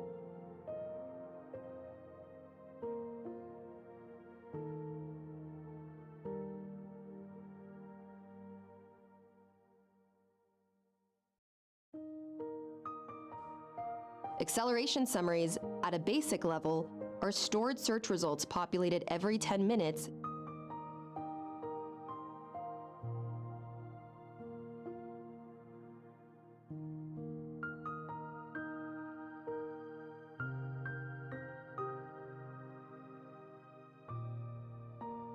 to keep the data up to date. Summaries are stored as file chunks by time, alongside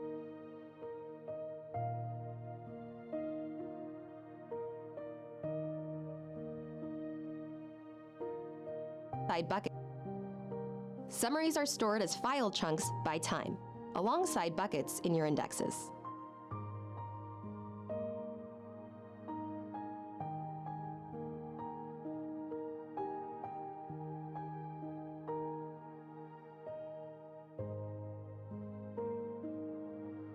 When the report is run, Splunk will use the events stored in the summary to return results.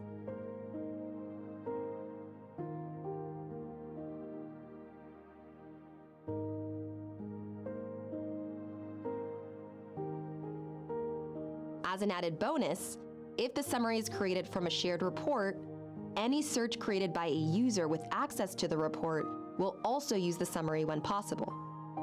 If the summary is created from a shared report, any search created by a user with access to the report will also use the summary when possible.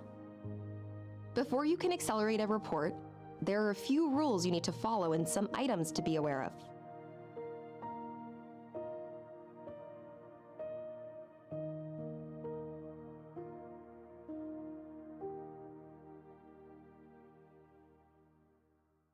The search mode for the report must be set to either Smart or Fast.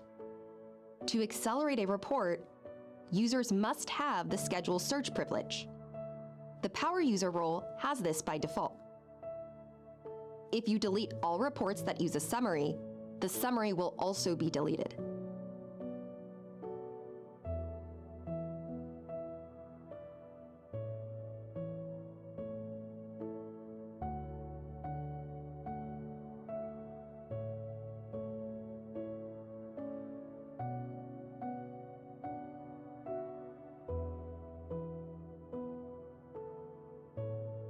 Most importantly, you need to be aware of the commands your report is using to be able to accelerate them.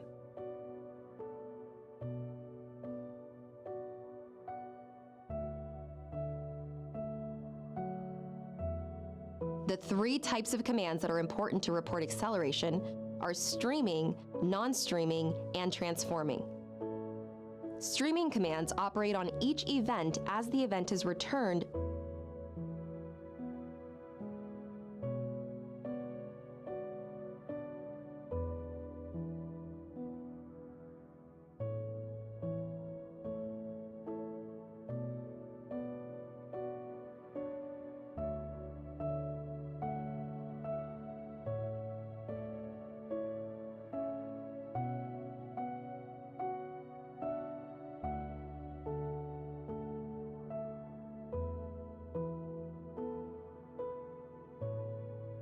by the search.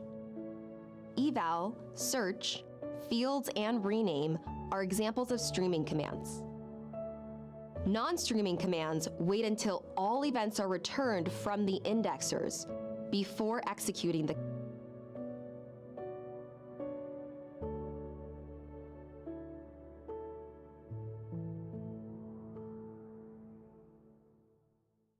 command.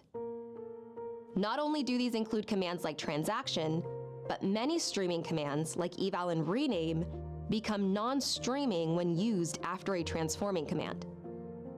Transforming commands order the results into a data table. Cells in the table are populated with numerical values from the results, where they can be used for statistical purposes. Examples are the stats, chart, top, and rare commands. Accelerated reports must include a transforming command.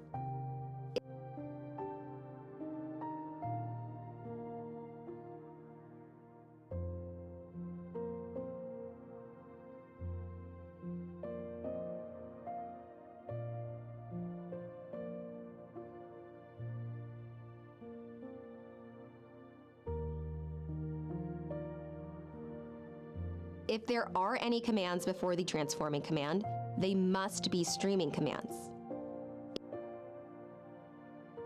Any commands before the must include a transforming command. If there are any commands before the transforming command,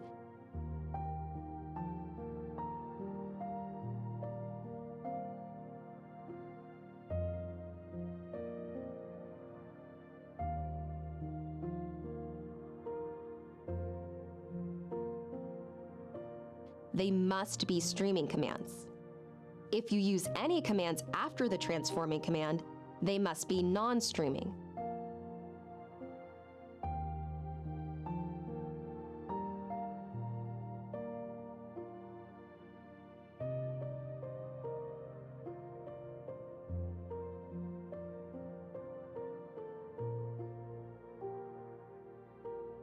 So as an example, if we have a report based off of this search, we will not be able to accelerate it. This is because it does not include a transforming command. If we added a stats command to the search driving our report, it would be available for acceleration. We would also be able to accelerate the report if non-streaming commands were used after the transforming command. If we use a non-streaming command before the transforming command, we would not be able to accelerate the report. Let's see report acceleration in action. We enter our search, run it and click Save As and select Report. We give the report a name and save it. We can choose to accelerate the report from the Report Created dialog box, from the report itself, using the Reports menu, or from Searches, Reports, and Alerts in the Settings menu. To enable acceleration, we click the Accelerate Report checkbox and select a summary range. The summary range is the range of time for the data we want accelerated from the current time. In this example, we are selecting 1 month, which will accelerate the last 30 days of data. A search that is run within this time range would only use the summary to return results. If a search time range exceeds the summary range, Splunk will need to go to the source index to return the data that does not fall within the summary time range. Clicking Save, Splunk will start building our acceleration summary. Returning to our reports list and clicking on the report, results are returned. Looking at the job inspector, we can see that the summary was used for the search. Moving to the Search and Reporting app, if we run a search that can use the summary, Splunk will use it to return results. If we try to accelerate a report that does not meet the requirements we mentioned earlier, we receive a "This report cannot be accelerated" error. Even when Splunk allows you to accelerate a report, there can be times when an acceleration summary is not created and searches will not be accelerated. This can happen when there are too many events in the summary range. If Splunk estimates that a completed summary will exceed 10% of your total bucket size in your deployment, it will suspend summary creation for 24 hours. Splunk will check periodically and create the summary if the report meets requirements. Splunk provides a report acceleration summaries page that gives you details on your summaries. We see reports that are using the summary, summarization load, number of times the summary has been accessed, and the current status for the summary. The summarization load is a calculation of the effort to update the summary. The current status displays the percentage of the summary that has been completed or a status value. Clicking on a summary ID, we get more details on the summary and some action buttons to verify, update, rebuild, or delete the summary. Under the Details heading, we see things like how much disk space is being used, the summary range, number of buckets included, and the number of data chunks the summary is stored in.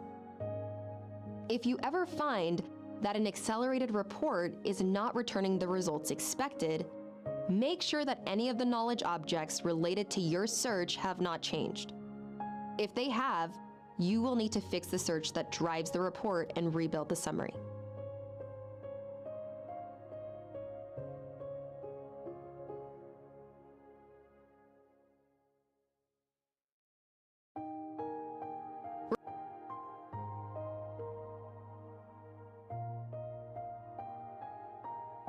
Data model acceleration works a little like report acceleration in that files are created and accessed to return search results. In data model acceleration, this is called a high-performance analytics store.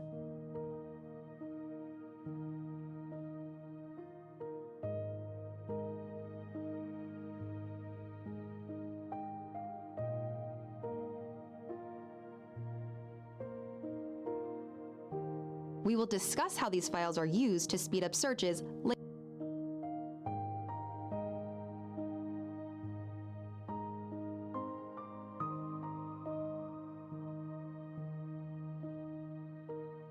later in this module. There are two types of data model acceleration.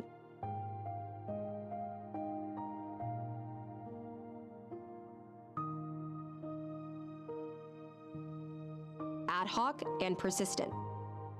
Ad hoc acceleration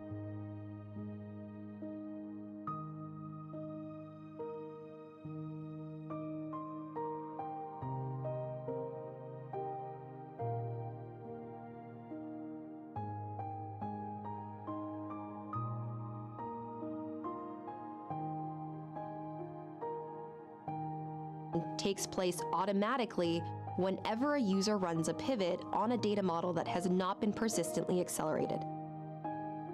The files that are created for the acceleration are stored on a search head.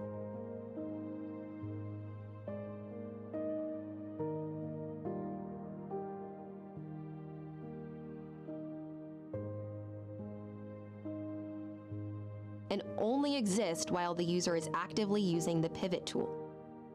By default,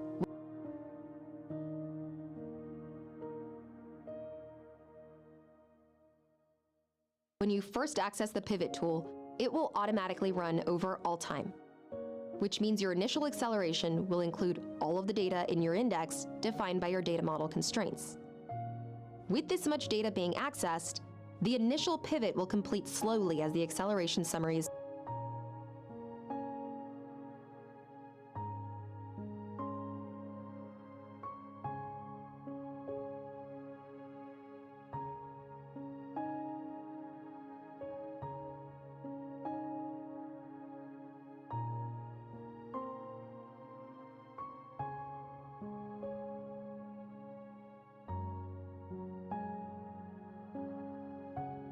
built. After the initial build, the pivot editor will use the summary for further actions taken in the editor, and will rebuild the summary to match the time filter selected, causing pivot performance to improve as the pivot editor is being accessed. While the pivot editor will use the summary data, reports created in the pivot editor will not.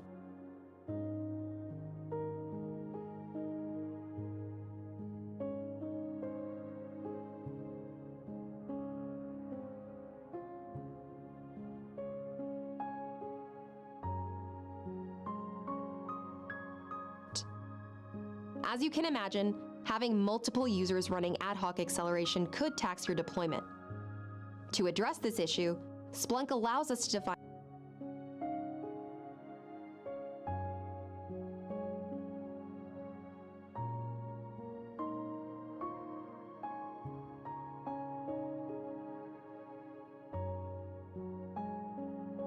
could tax your deployment. To address this issue, Splunk allows us to define persistent data model acceleration.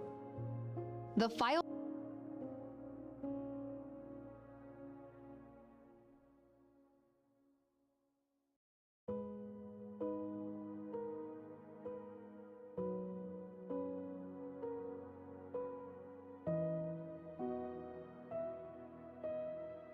files created for a persistent data model acceleration. The files created for a persistent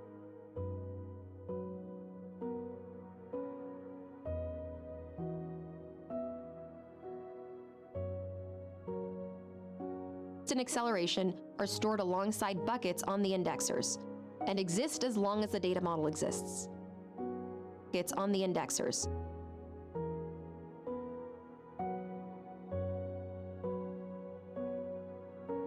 And exist as long as the data model exists. They can be scoped to particular time ranges and are maintained on an ongoing basis. Summaries for persistently accelerated data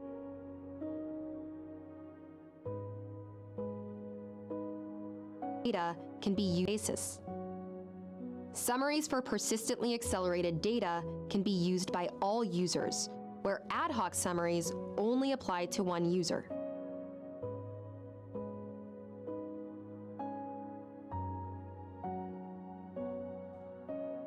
There are some restrictions when creating a persistent data model acceleration.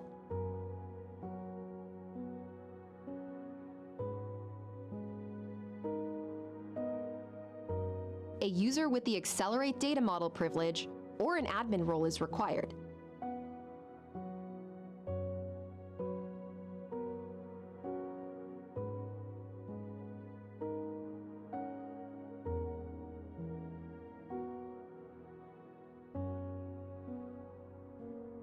Private data models cannot be accelerated.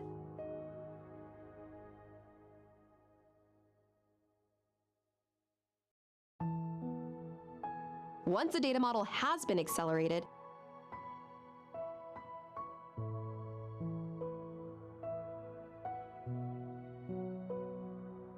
it cannot be edited. While all data model datasets can benefit from ad hoc acceleration, only event dataset hierarchies and search datasets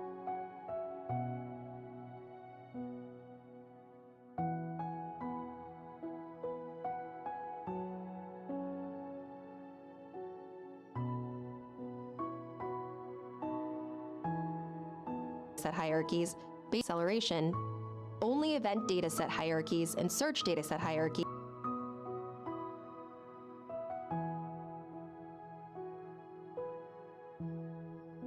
based on root search datasets that only include streaming commands can be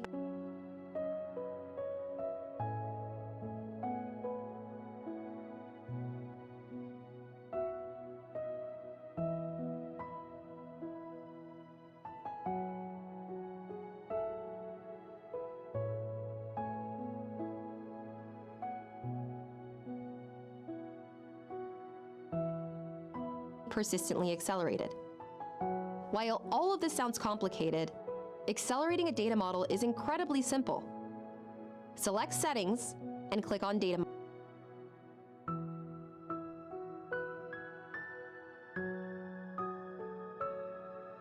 Models. Incredibly simple. Select Settings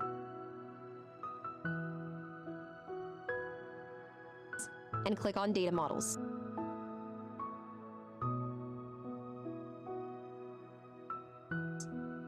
The lightning bolt will tell us if a data model is accelerated or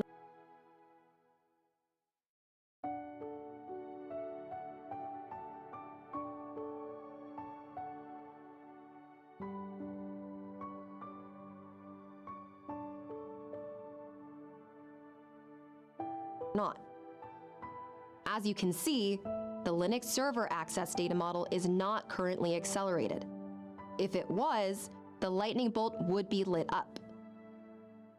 Selecting Edit, we have the option to edit acceleration. Clicking on it, we select the Accelerate checkbox and choose a summary range.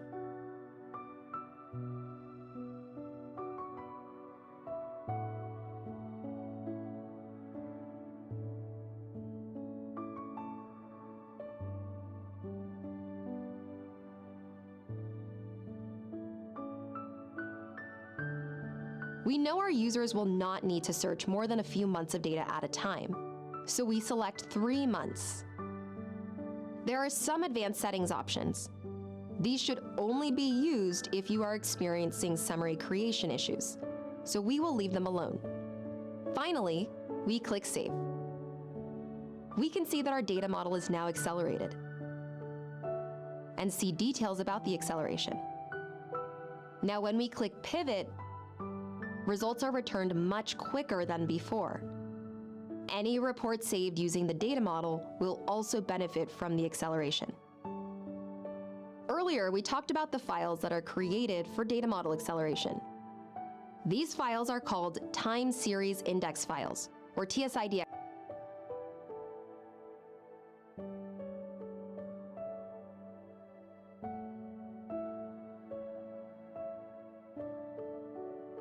Earlier, we talked about the files that are created for data model acceleration.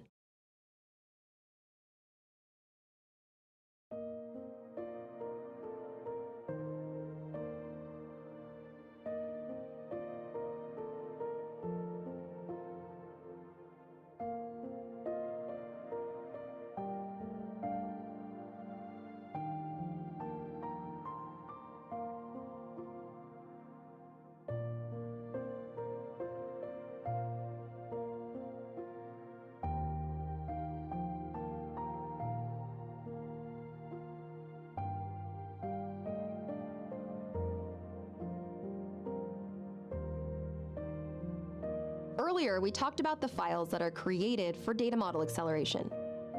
These files are called time series index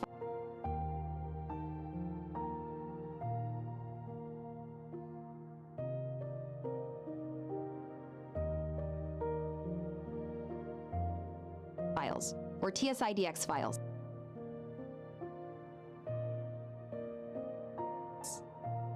While they allow us to accelerate data models,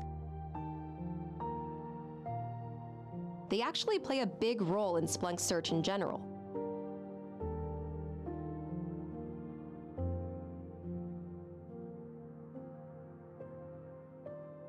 When data is indexed into Splunk, several files are created in the hot bucket, including raw data files and TSIDX files.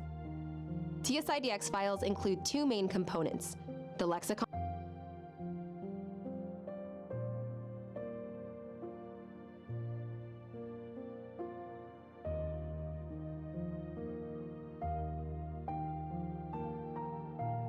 and the posting list.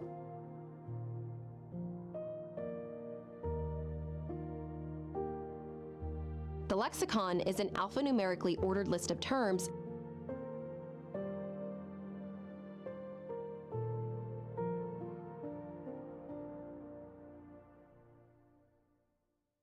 found in the data at index time. The posting list is an array of pointers that match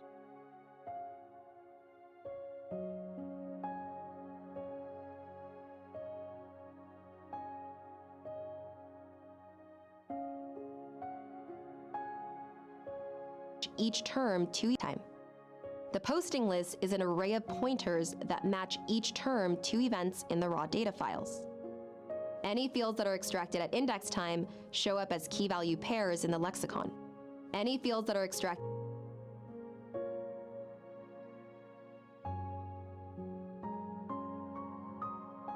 at index time show events in the raw data files. Any fields that are extracted at index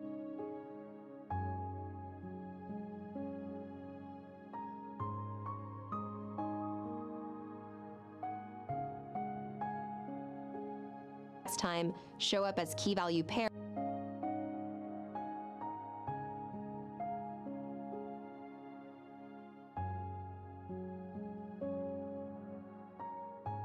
in the lexicon.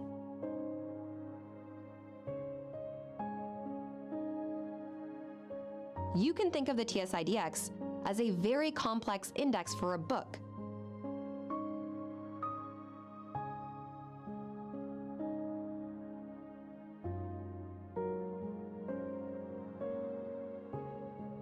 Where every word included in the book is found in the index.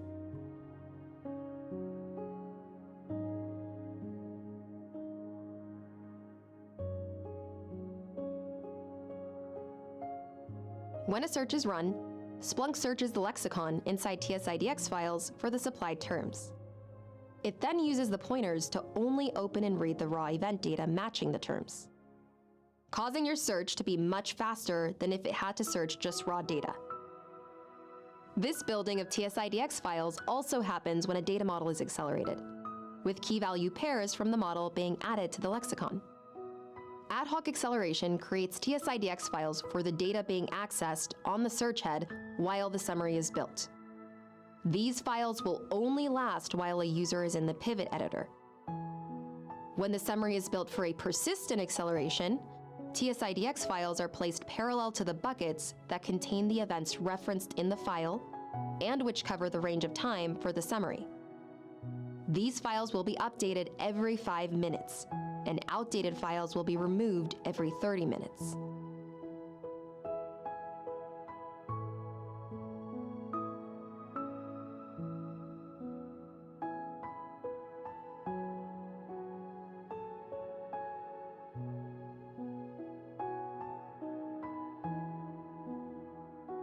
The data model command allows you to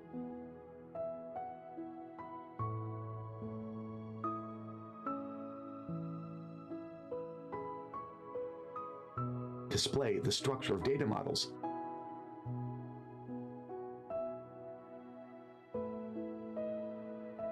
And search against them. Let's take a closer look at the data model command. Running the data model command without any arguments generates a list of the data models you have access to.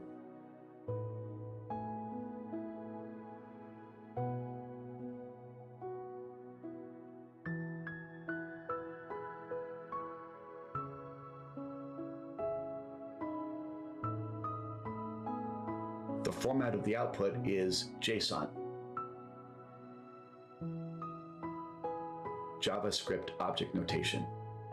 If I wish to get information about a specific data model, I can specify the ID of the data model in question as an argument.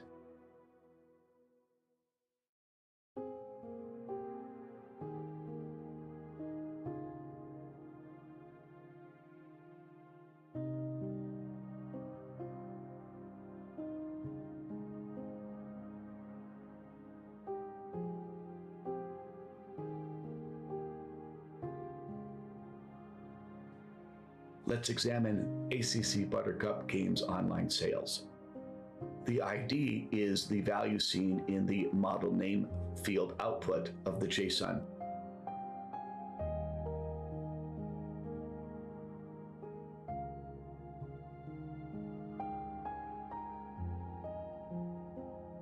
Data. Appending the ID value to the command and running the command gives me information specifically about that particular data model. Expanding the object name list element of the JSON output gives me a list of the IDs of the data sets within the data model. I can, from here, determine information about each of these specific data sets. If I wanted to get information about the HTTP request data set, which is data set number 1 in the list, I would come down to the object list here and look at element number 1, and I would be able to get information about HTTP request. On the other hand, if I wanted information about successful request, I would come down to element number 2 and get information about successful request. But there's an alternative. Like with the data model ID, I can also use the dataset ID as an argument.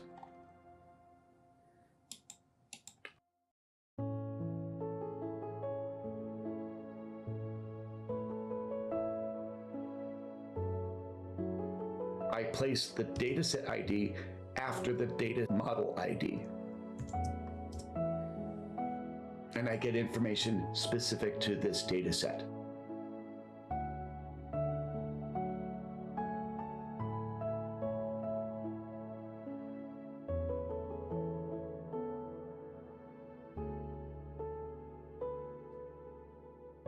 For example, in this case, examining the successful request data set, I see that it's a child data set and its parent is HTTP request. If I take a look at the HTTP request dataset, by using its ID as the second argument, I look at its lineage element and I see it just mentions HTTP request. What this indicates is that this is a root dataset.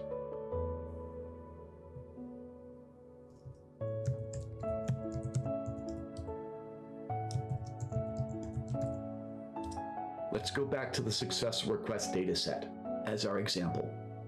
The other thing I can do is I can pull data through the data model. And I do that one of two ways. I can use the search option, and what I get is, as a result, a list of events and a populated field sidebar. Take note that search option, the model. Let's go back to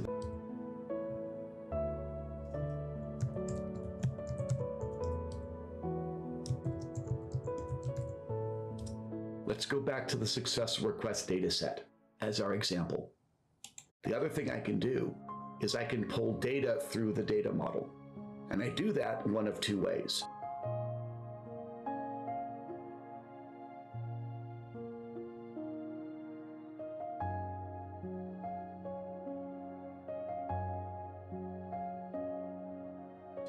I can use the search option.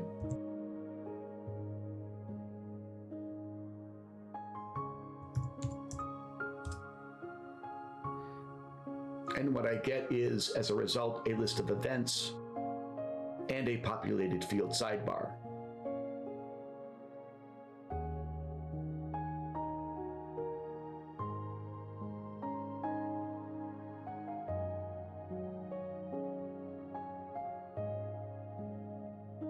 Take note that using the search command, the fields identified in the field sidebar indicate which data set defined that field.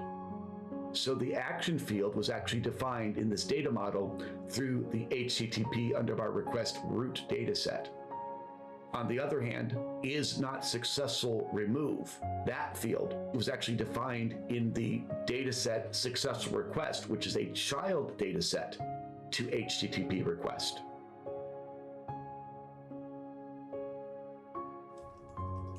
As another option, I can use the command flat,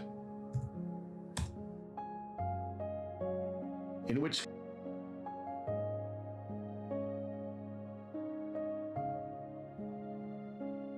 case the field sidebar does not indicate which data set defined that.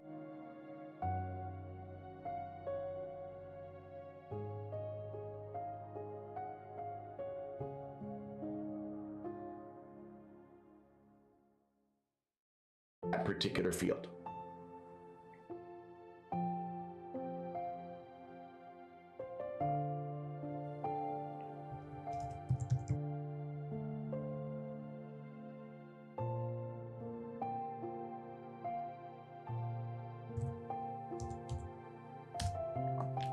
The other thing to note about drawing data through the data model command with either search or flat is that I don't have to specify the name of a data set. So if I take off the name of this data set here, successful request, and run my search, I still get event output. Please note though that it chose automatically a data set to use. In this case, it chose HTTP_request. Why that data set? Because that is the first data set in this data model.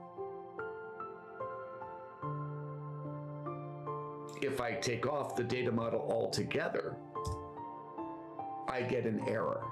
So minimally, when I want to use the data model command to pull data from Splunk, I have to specify the ID of a data model.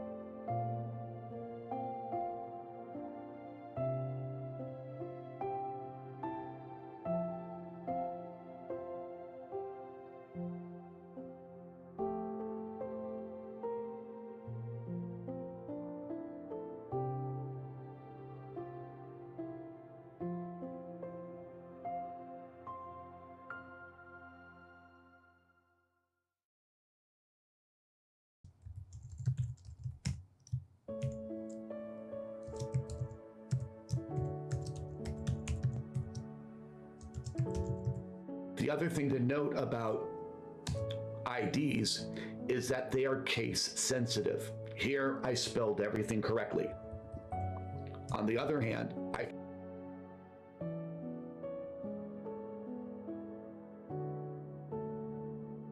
changed the S in sales to be a lowercase s, and when I run this, I get an error. And it's telling me that it can't find a data model with an ID of ACC Buttercup _games _online lowercase s sales. The final thing I want to talk about when pulling data through the data model command is where that data comes from. As we learned, data models can be accelerated. This is in fact an accelerated data model. More than likely, the data is coming from the acceleration summaries, but it doesn't have to. The acceleration summaries for this data model only go back at most probably about 3 months. But there's data in our index that goes farther back in time. So if I run this search over all time, it's taking quite a while. What's going on is some of the data that's qualified by acceleration summaries is being retrieved and accessed just through those acceleration summaries. But for the data that's outside the range of the acceleration summaries, Splunk is going out to the raw data. So we retrieved 2.4 million events, and it took 16 seconds, 17 seconds to retrieve that data. But I can, with the inclusion of another option called summaries only, and setting this option to true, this will force Splunk to only consider data that's covered by acceleration summary.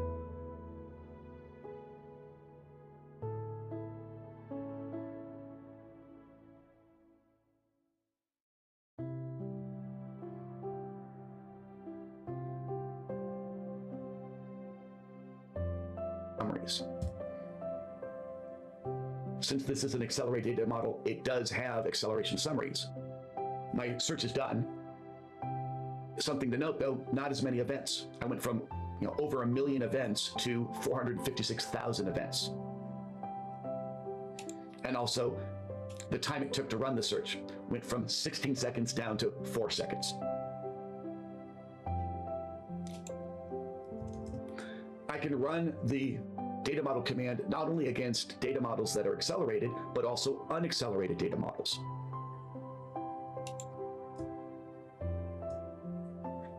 I'm going to do this over a smaller period of time.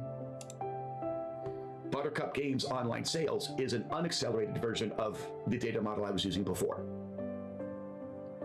But likewise, I can tell Splunk to only consider the data covered by acceleration summaries.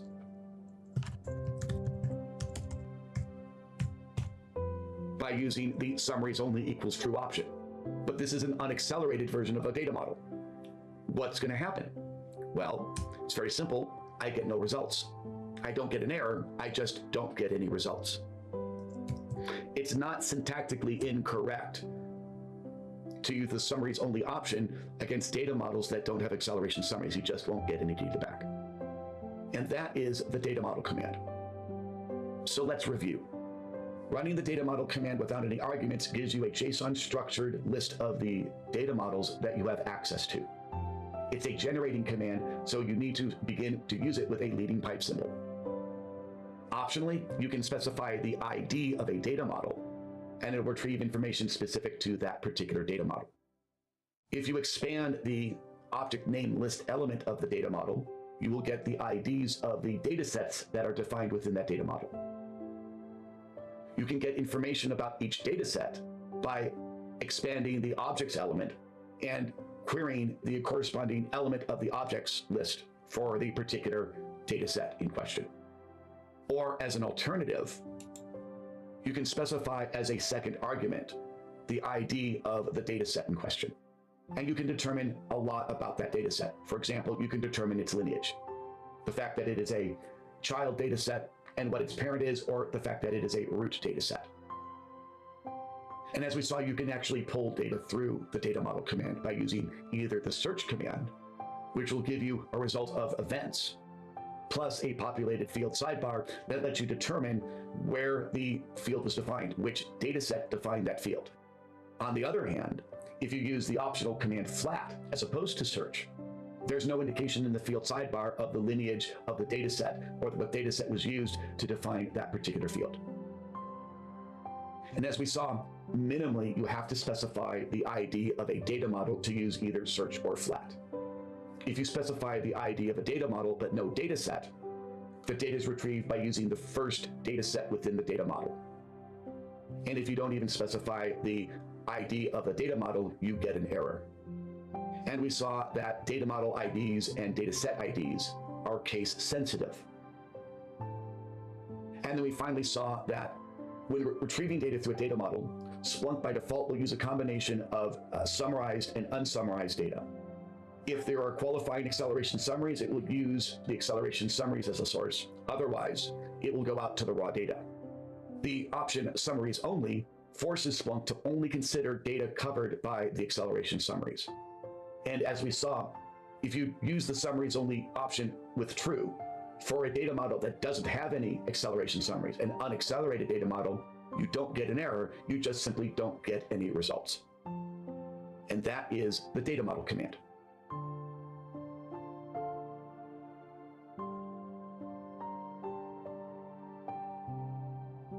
Splunk provides the tstats command for generating statistics from TSID. Bro, another 20 minutes long explaining this command that I don't even understand. DX files. The tstats command. Splunk provides the tstats command for generating statistics from TSIDX files. The tstats command is a generating command that will generate statistics from either indexed fields found in TSIDX files or fields defined in a data model. It requires the use of a statistical function and has a number of additional clauses.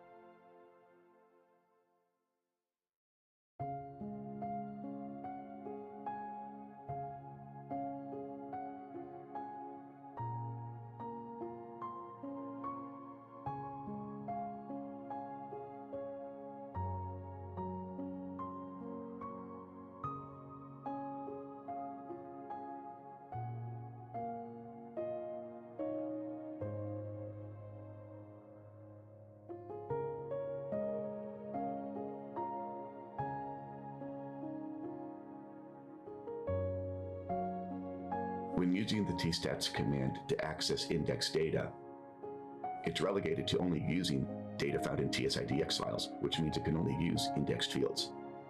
But this also means the command is very fast. It requires the use of a statistical function. Most of the functions are those that are found in the stats command, but not all stats functions are available to tstats.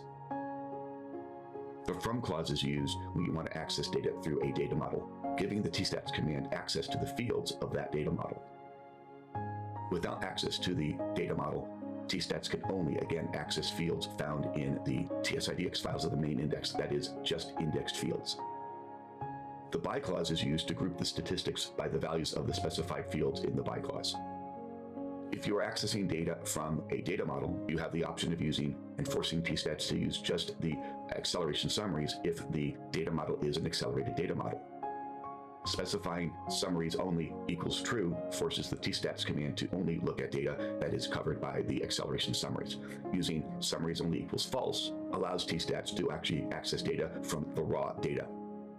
When you use the summaries only option and you're accessing a data model that's not accelerated, then you get no results. When you use a data model and wish to access the fields of that data model, you have to prefix the name of the field with the data set that the field was defined in. You also have the ability to specify, as part of the from syntax, the data set in question, but there are certain rules about that data set.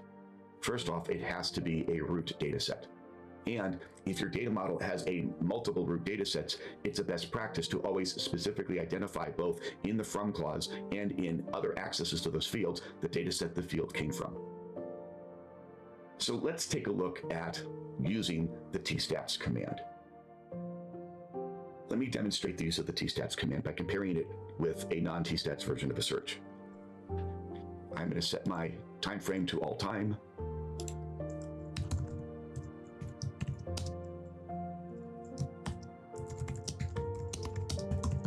So this command, index equals star stats count by index, across all time, will give me the names of the indexes I have access to that have data. And as you can see, it's taking quite a while to run. And that's because this is looking at the raw event data, extracting fields, and processing and calculating these statistics. Let's take a look at the same command as a tstats command.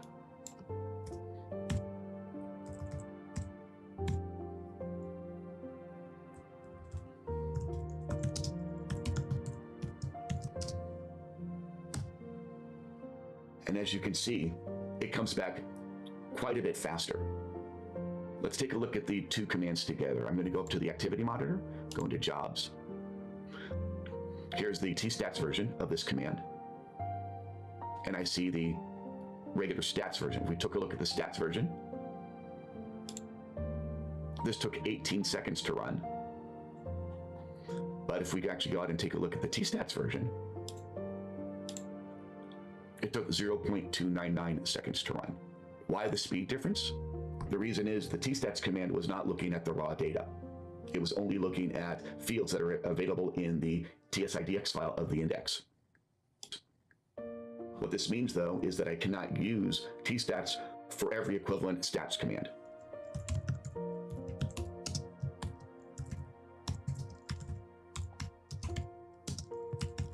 So here we have an example. I'm counting events by action in the web index over the last 24 hours, and I get results. Trying to convert this into a tstats, however, is not going to work.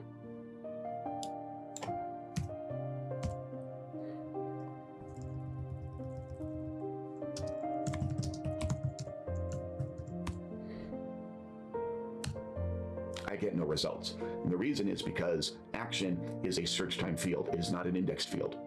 So out of the box, fields such as host, source, and source type are your only indexed fields. But this doesn't mean that tstats cannot use fields such as action, price, or any other search time fields. If those fields are defined as part of a data model, then the tstats command can do statistical processing against those fields.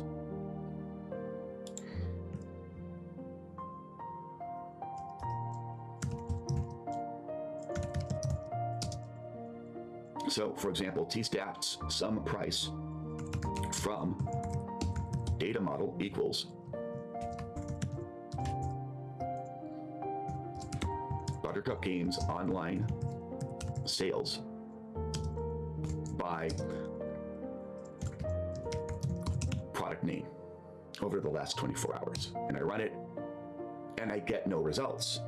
But I just said that if I'm accessing a data model, I should be able to access the fields of that data model. Yes, but I need to understand the data set in the data model that brought that field into existence.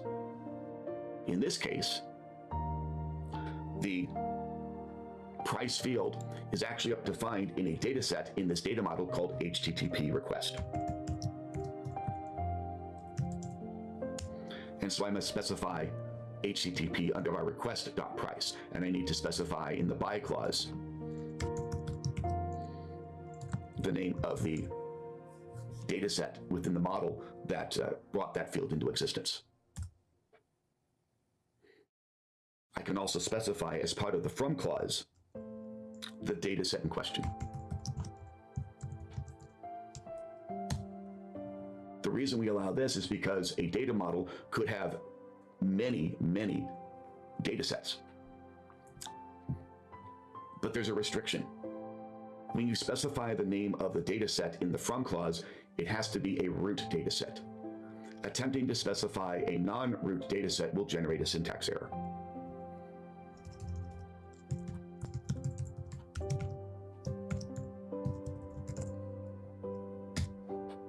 Successful request happens to be a child data set of HTTP request.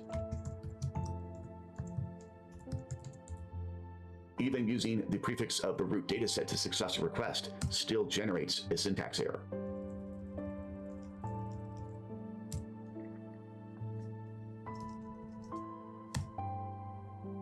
But when I specify the name of a root data set, I have no problems. Let's investigate this further by looking at another data model that happens to have multiple root data sets.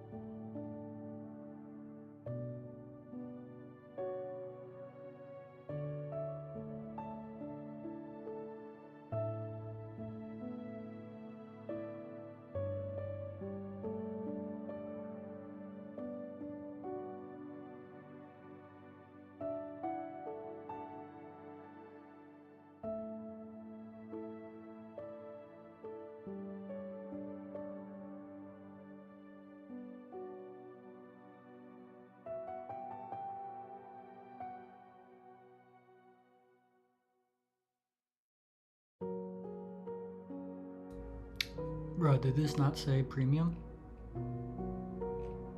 This one had the premium badge on it. How am I'm able to start it up?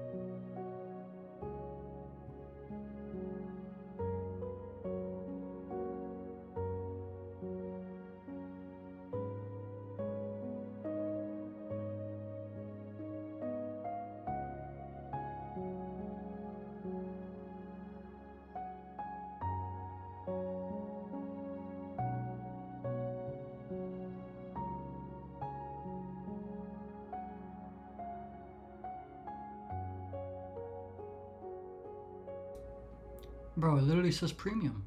Or is that not what that means?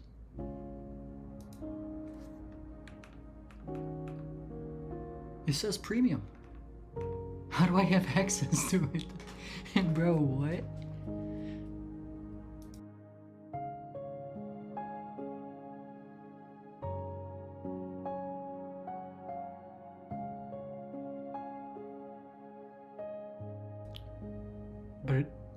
Bro, what?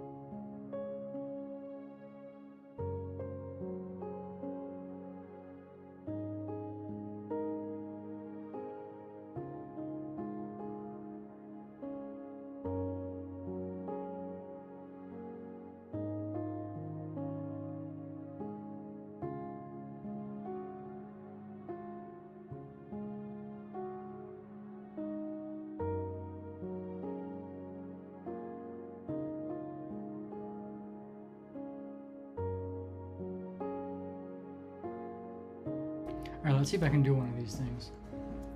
It's supposed to be a beginner one, so let's see. So before I even look at anything, I want to look at protocol hierarchy just to see what I have in here.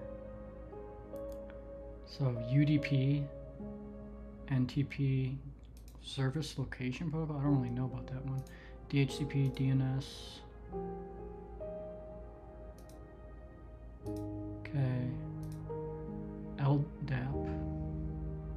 Okay, TCP WebSocket. TLS. SSH malformed packet. Interesting. XML PNG. Portable network graphics PNG. Media type. Oh, HTML form URL encoded. Okay. ICMP ARP. Okay. I don't think I'm really have a process for investigating PCAPs, so I should definitely learn how to get better at doing that. But I'm just gonna start playing around to see what happens. This looks a little bit different. Is this an older version?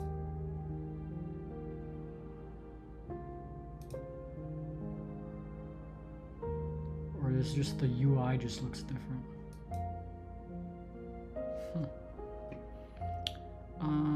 Retransmissions are interesting.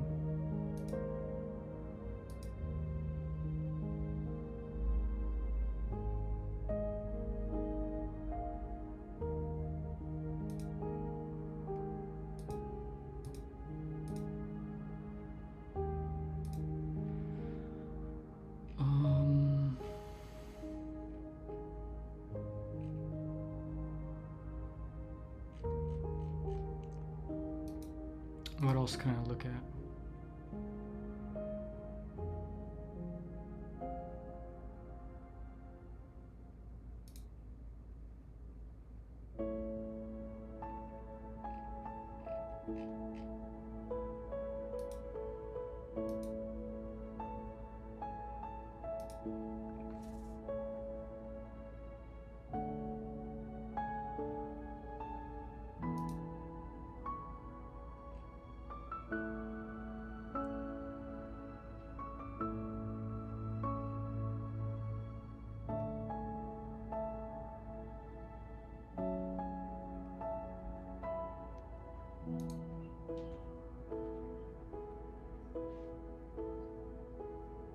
One 723 125 119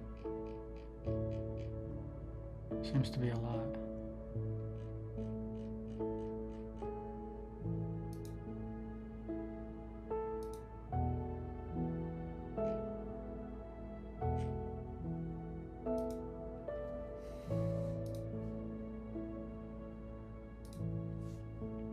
Wait, is this what I was just looking at? No.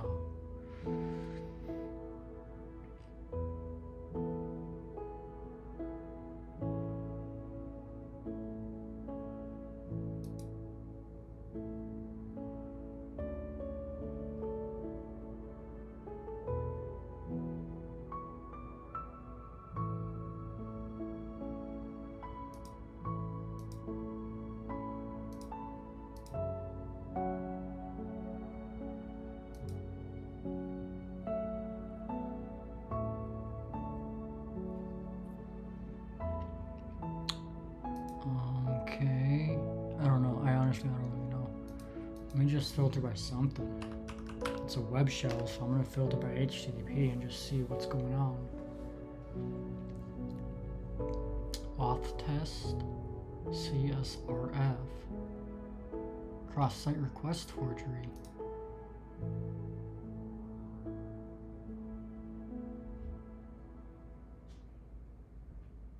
Post admin action form. Bundled tool installation failed report.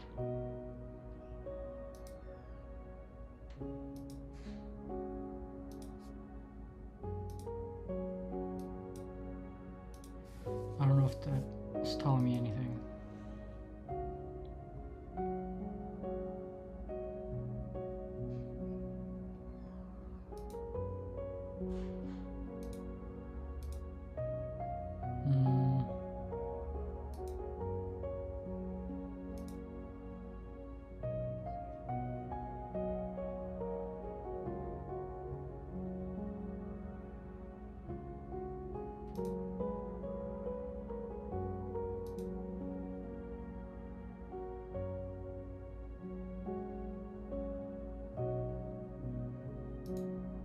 Create object HTTP.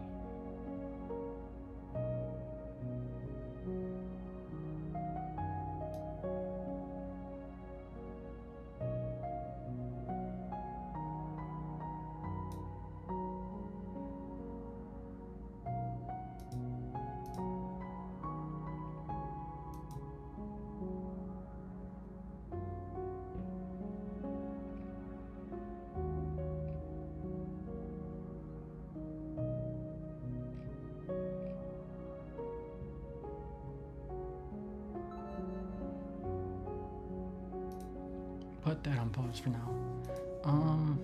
What do I even do?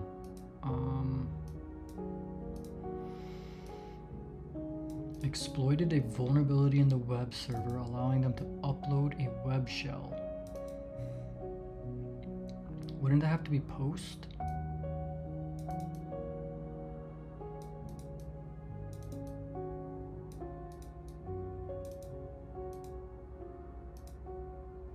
Yeah, it's definitely not. Definitely gets you thinking a little bit. So I kind of like how this is structured so far. I think I have to go to request method on post and just see what happens. Request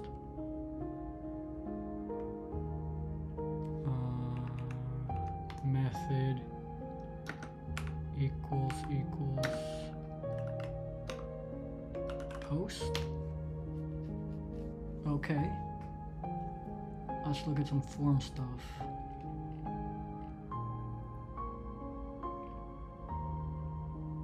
Login, submit.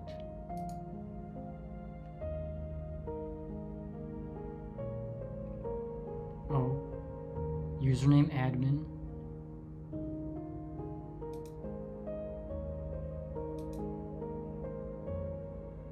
Truncated form public key. Key encrypted password. How did they get that? Oh, well, actually, I don't know. That might be legitimate or not. I don't know. Depends if this IP source. Okay, so this is the web server.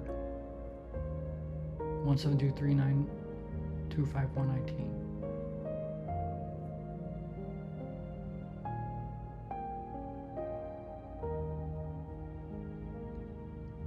This IP is logging in here. Why another one?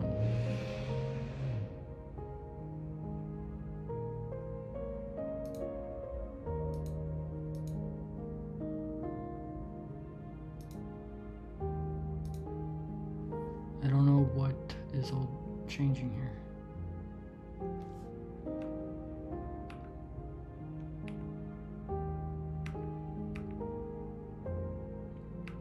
I'm trying different passwords?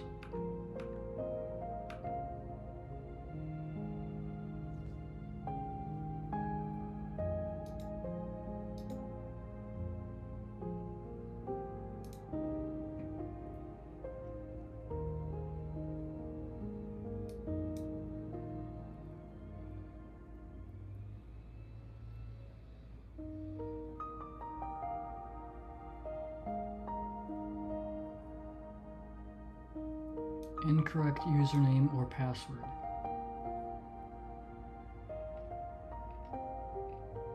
Incorrect username or password. Okay. Oops. No. Okay. I gotta do this again. It's the one thing I don't like about Wireshark. Let me go back to this. Dang. Okay, this is where it was. What is this? Wait, why are there two IPs here? I wonder if the website is like... Is it the same site?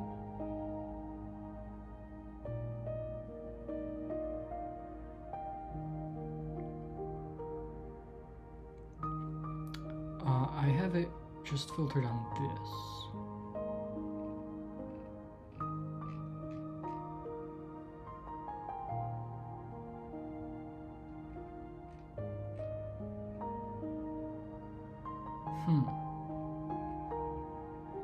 Where was I?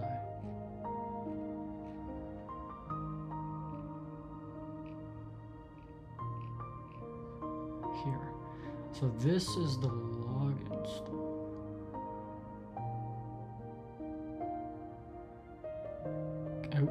Let me see. I wonder, can I can, but just how? Let me see. How do I login submit? Post login submit. Request URI. That's what I want. I want to search by that. trust dot full URI. Can I do is contains? Is that Wireshark? I don't remember. Contains login. Okay, here we go. I have this, which is different than. Is it case sensitive? I don't remember. What happens if I do this? Nothing. Okay, interesting. Contains login. Okay, so this is all login pages. Login page interactions.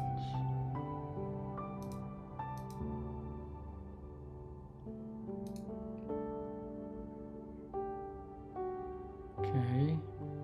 I see a username and password.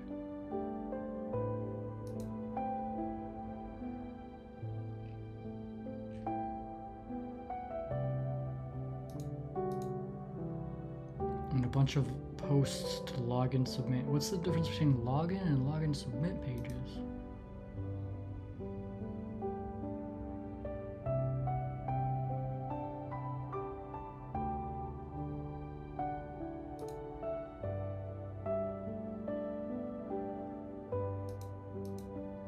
Login is maybe the page, and then when they actually submit the post request, it's login submit. I don't know, maybe it doesn't really matter to worry about that. This is, okay, so we've got login, attempts to admin.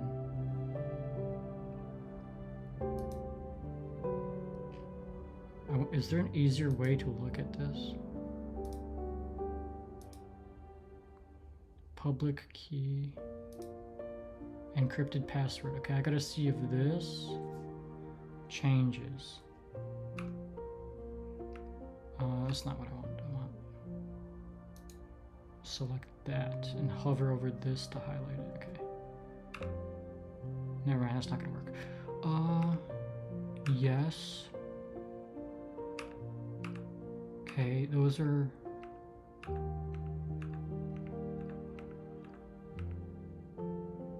to two different IPs. Interesting. Okay, I wonder if the web app is like load balanced or something. That's why the two different IPs. That doesn't make any sense though. Why would it still send to both? I'm not gonna worry about it. I'm gonna just ignore that. I don't know. Let's see. Okay, so we have admin. Allam, I don't know what kind of username that is. Administrator. Admin again. Admin again.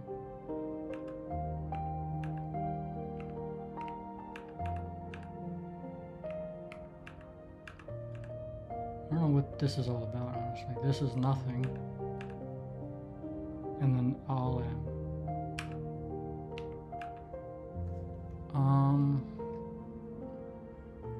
I wonder, can I see replies?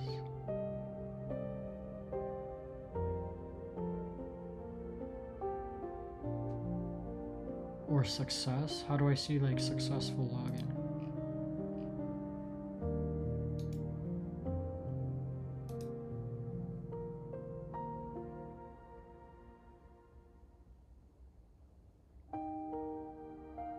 Login submit, you are logged out.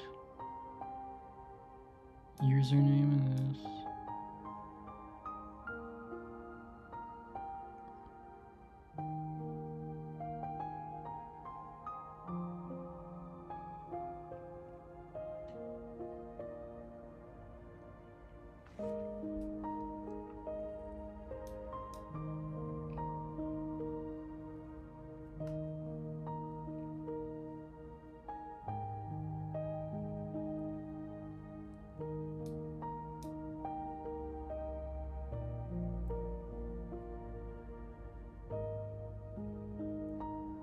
Here, 200. Success, I think.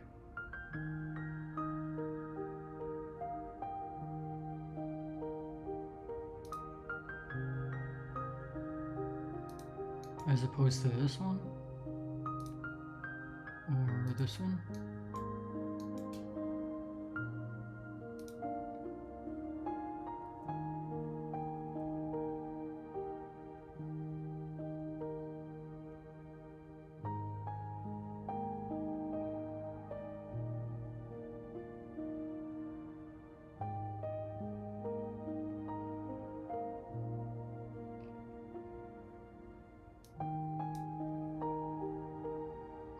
Oh, it's still 200. It just, there's a response error here. Response error here. So it's some sort of brute force attempting, or dictionary attack or something. Oh no, I didn't want to do that. So it's that strange IP, or that IP that's not good. So I think I have enough to at least say that.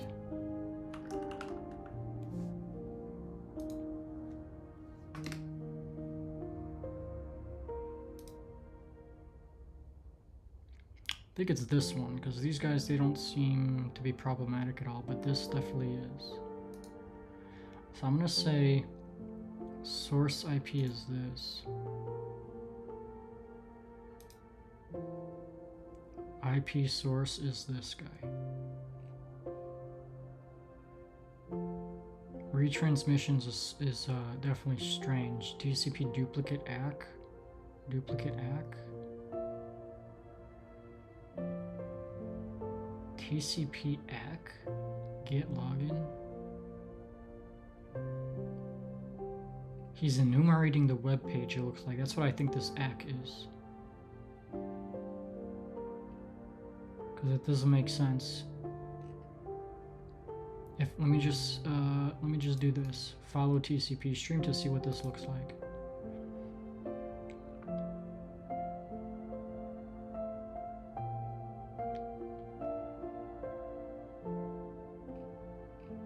Never mind, this is not what I thought it was going to be.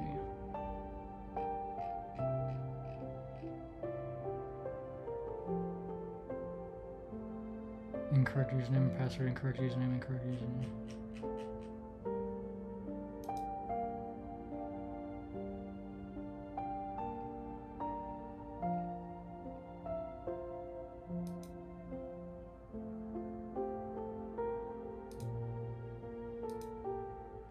I think it's this.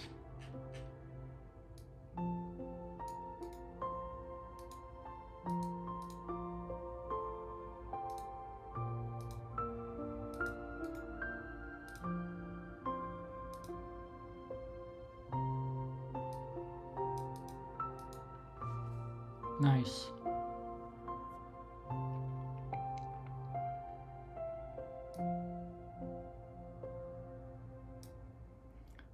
What version of our web server service is running? Get out of here.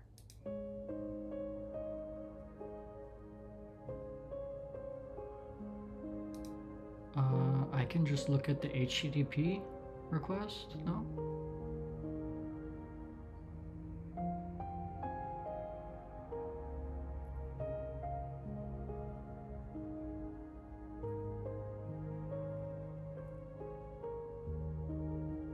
Or no?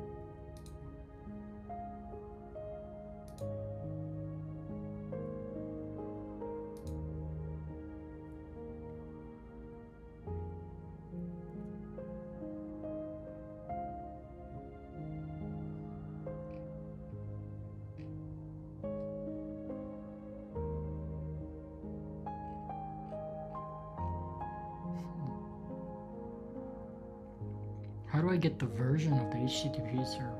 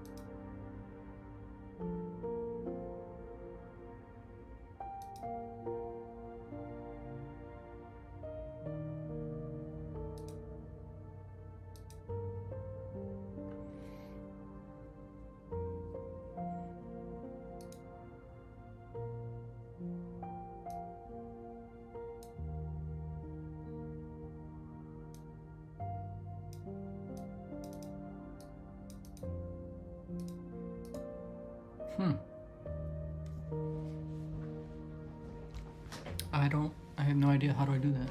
Can I look at endpoints?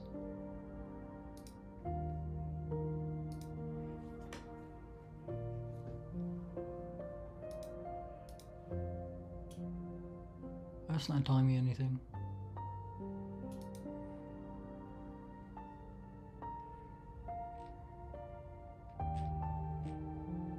Oh, I gotta look at TCP or HTTP stream, I think. That's gonna tell me more information.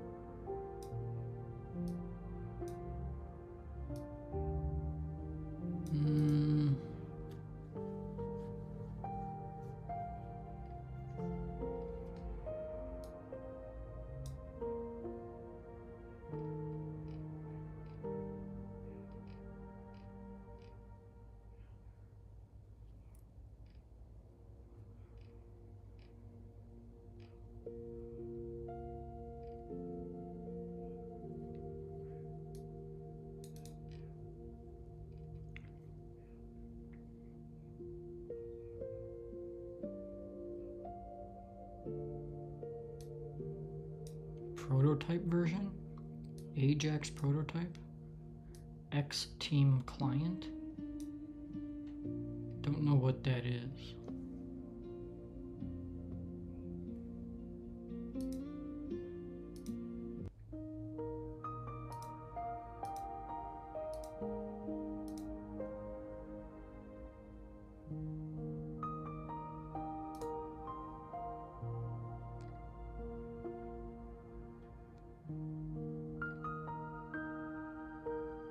Main server.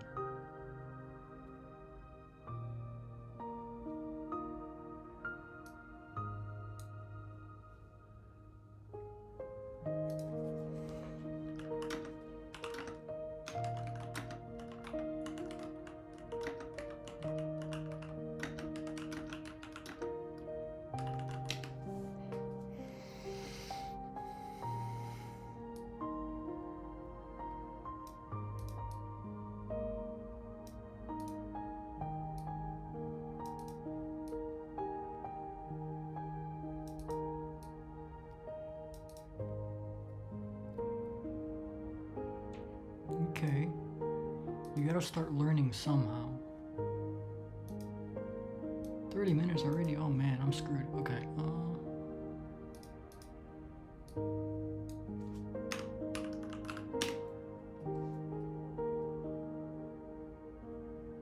this is the response here, or I'll just do this one, 200.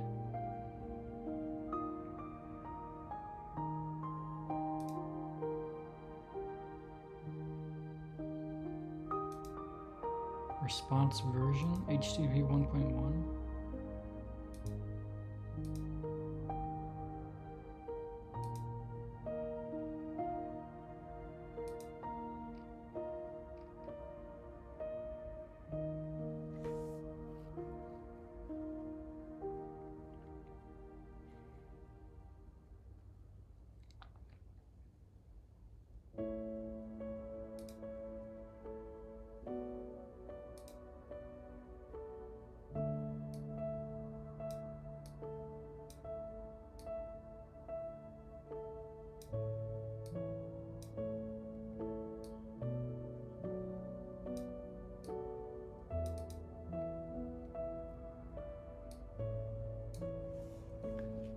Response packet, server header.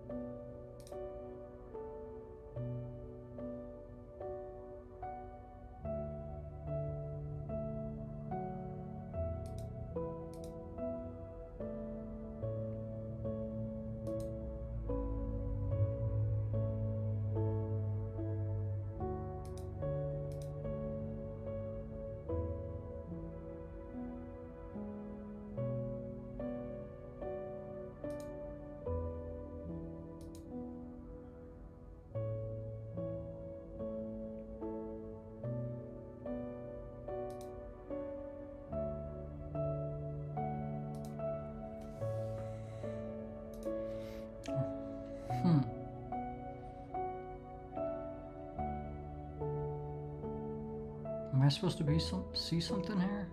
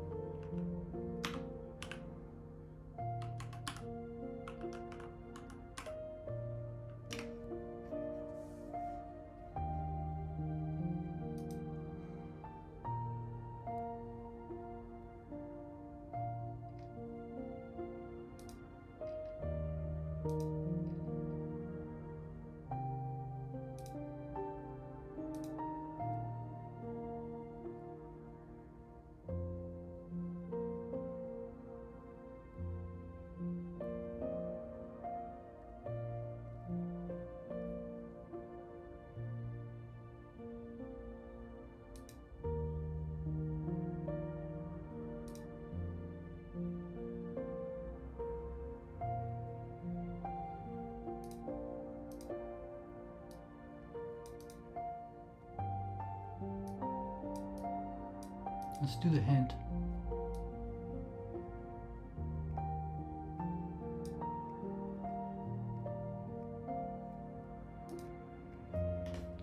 Is it not in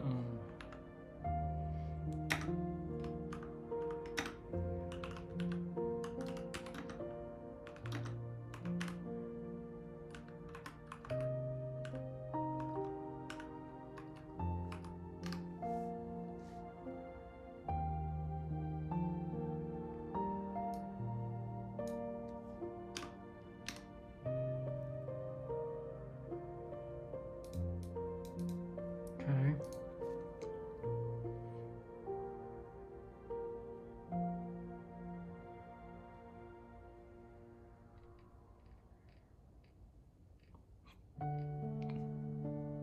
Bro, they're no. Whoa. Okay, I'm seeing a lot of not. Let me see. That's not good. Why are there no responses?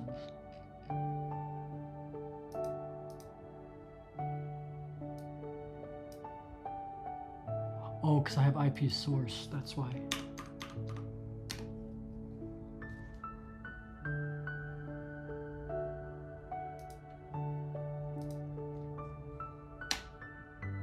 Go. Why is there nothing? Oh, IP dot.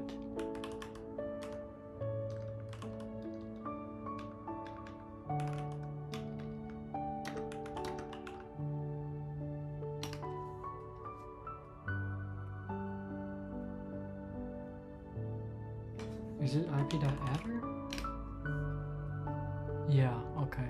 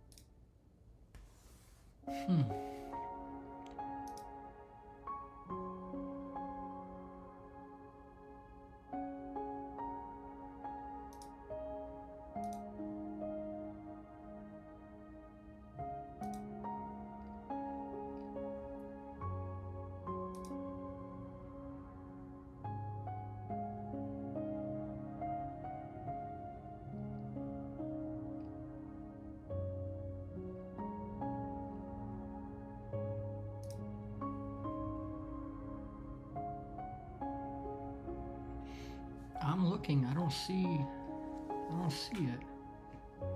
Why would it not be in like just any of them?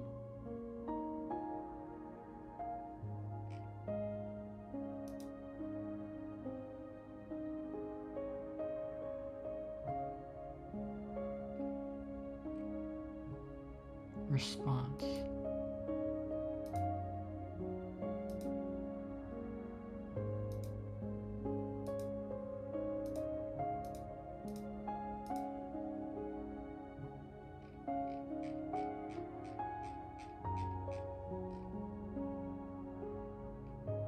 Team City?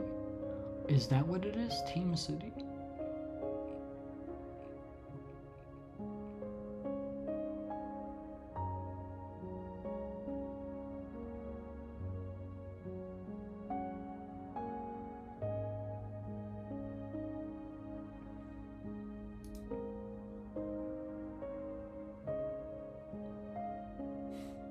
No. Where's my timer? 21. So far, I kind of like this platform. I don't know how I got access to this premium room. I'm telling you, I don't have premium, so I don't know how I'm doing this, but I am. I don't see anything.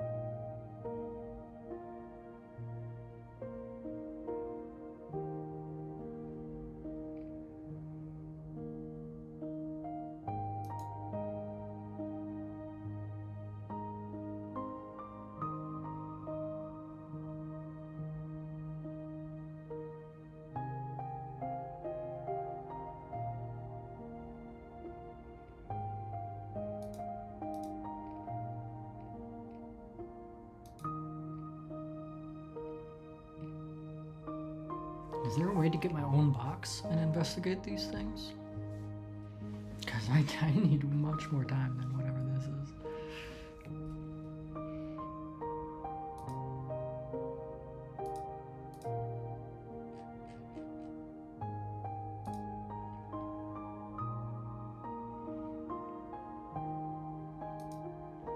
Okay, I need to add a request to this, filter it down even more.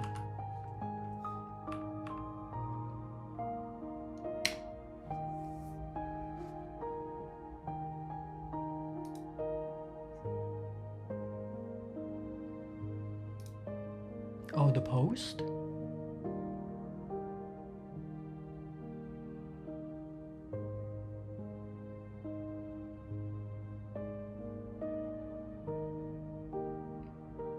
No.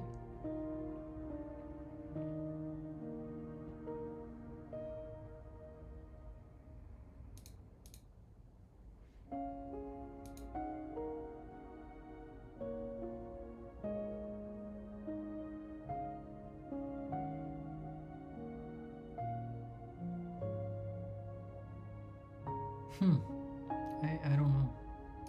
Keep looking, don't give up.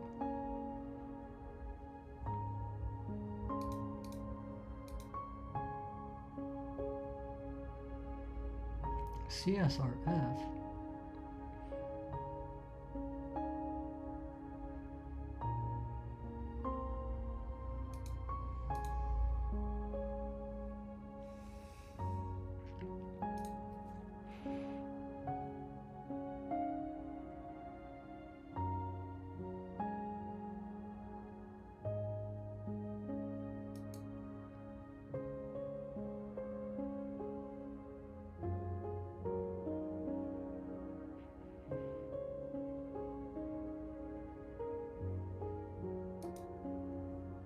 This is not a good way to do this, bro.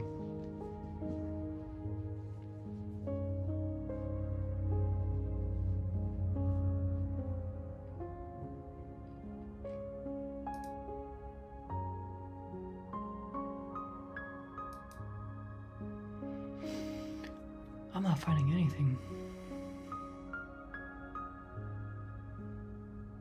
Ajax 1.7.3? I don't even know. That is not it. I need a second hint, brother.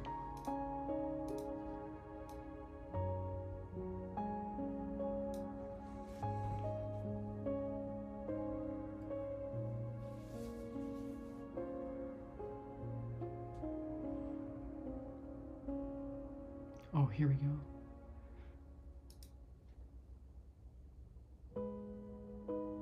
Ooh, here's some stuff. Server.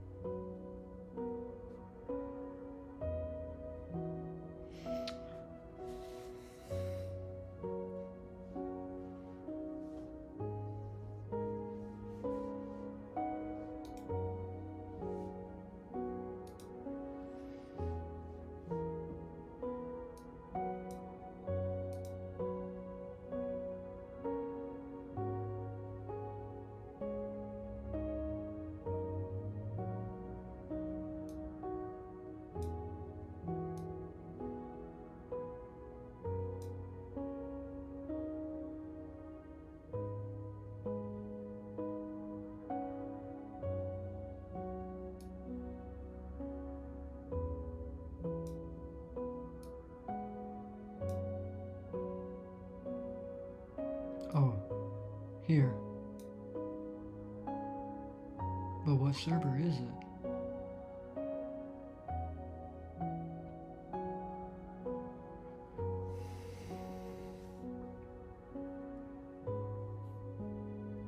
Team City? I don't know what that is.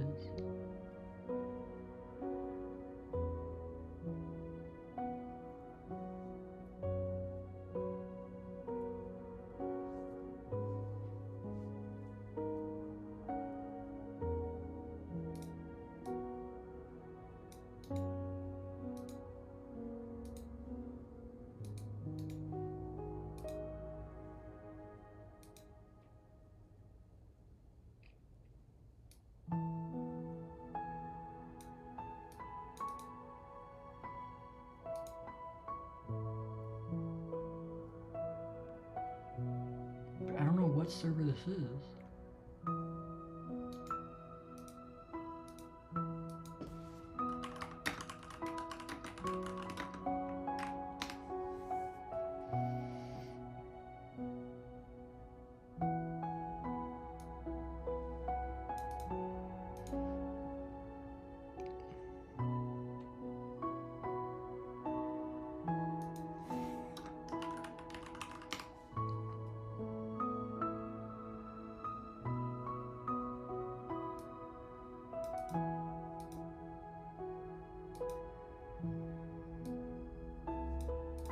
What is Team City?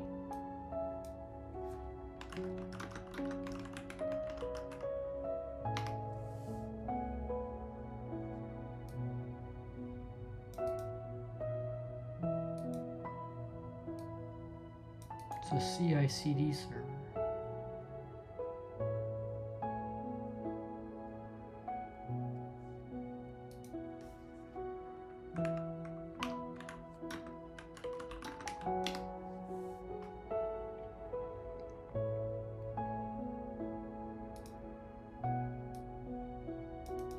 Authentication bypass vulnerability.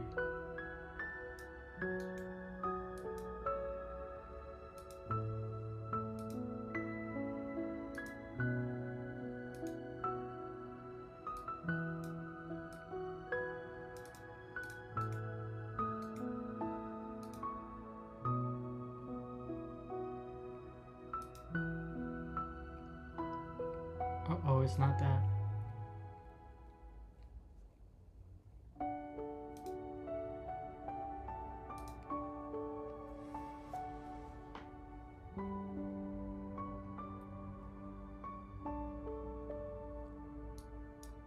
There's more of them too. this one? Yes. Ha.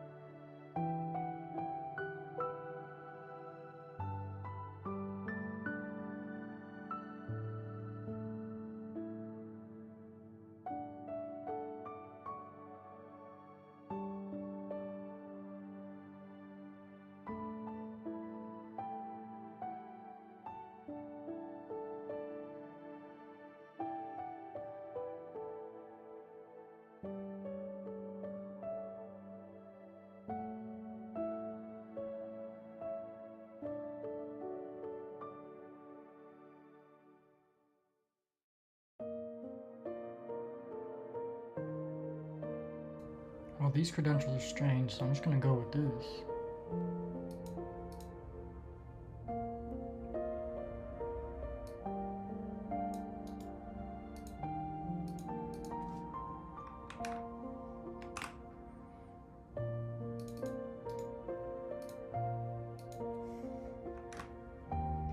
Also because of the example.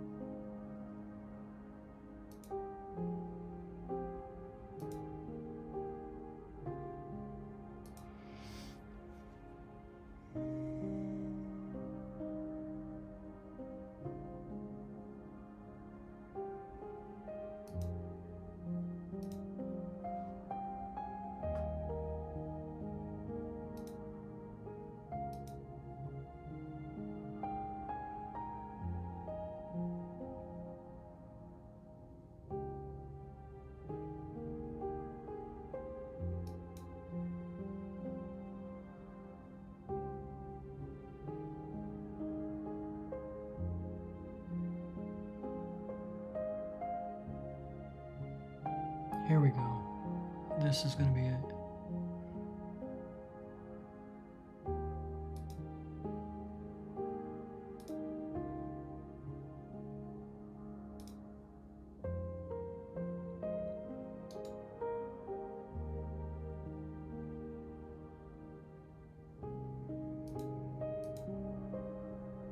How do I change the time? I completely forgot.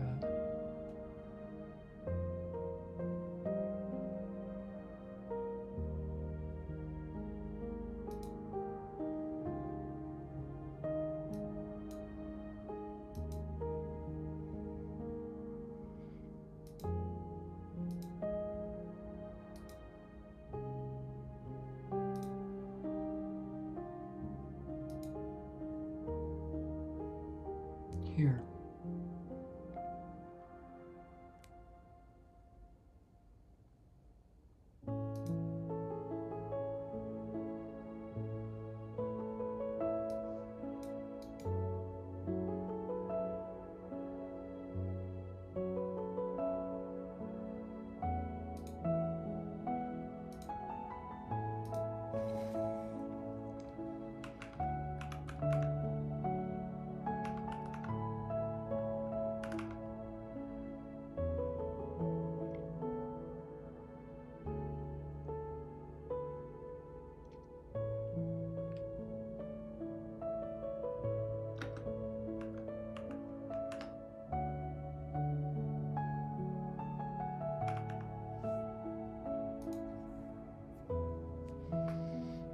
Two minutes for the last 3 questions.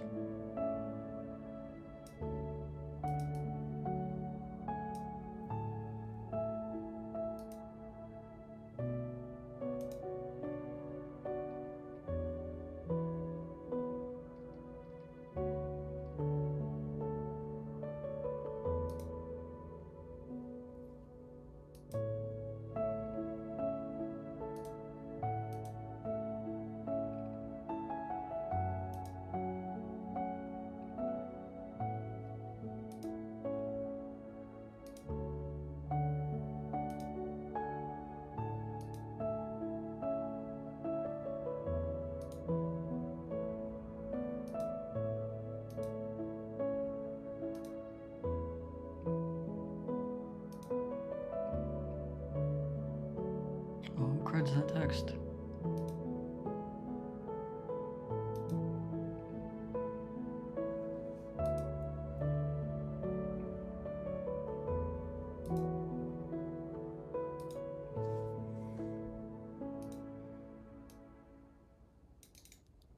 Right to it? Uh-oh, I'm running out of time. Here. No. Hurry up. One more. A1L4M colon Mohammed Salah. No. No, it's not this.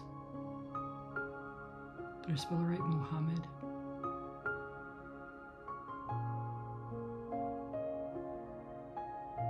No, this is it.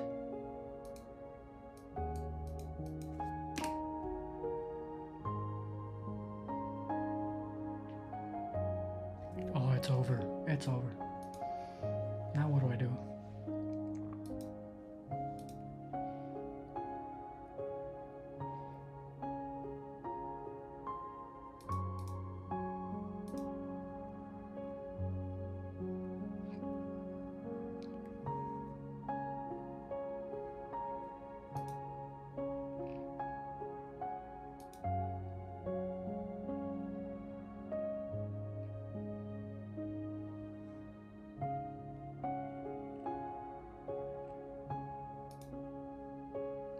I can just start it again?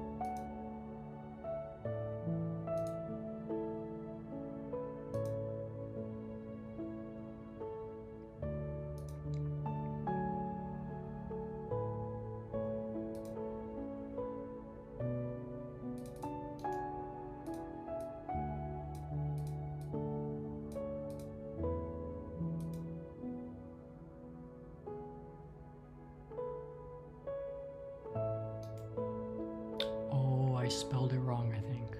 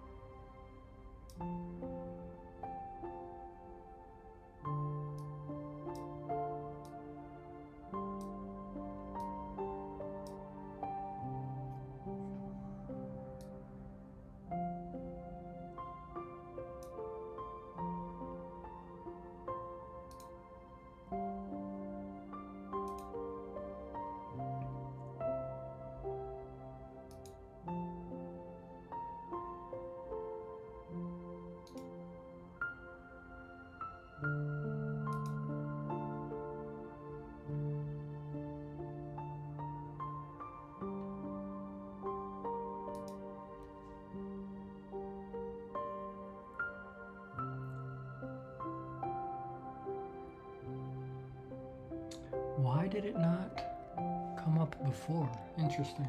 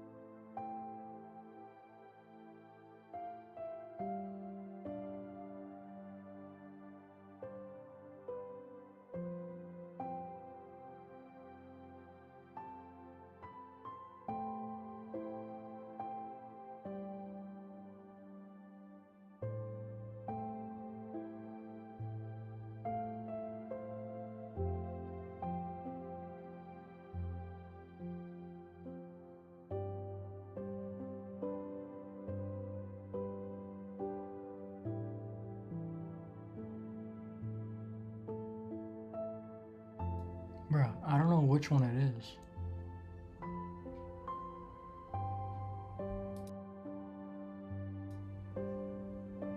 Is it not credential access?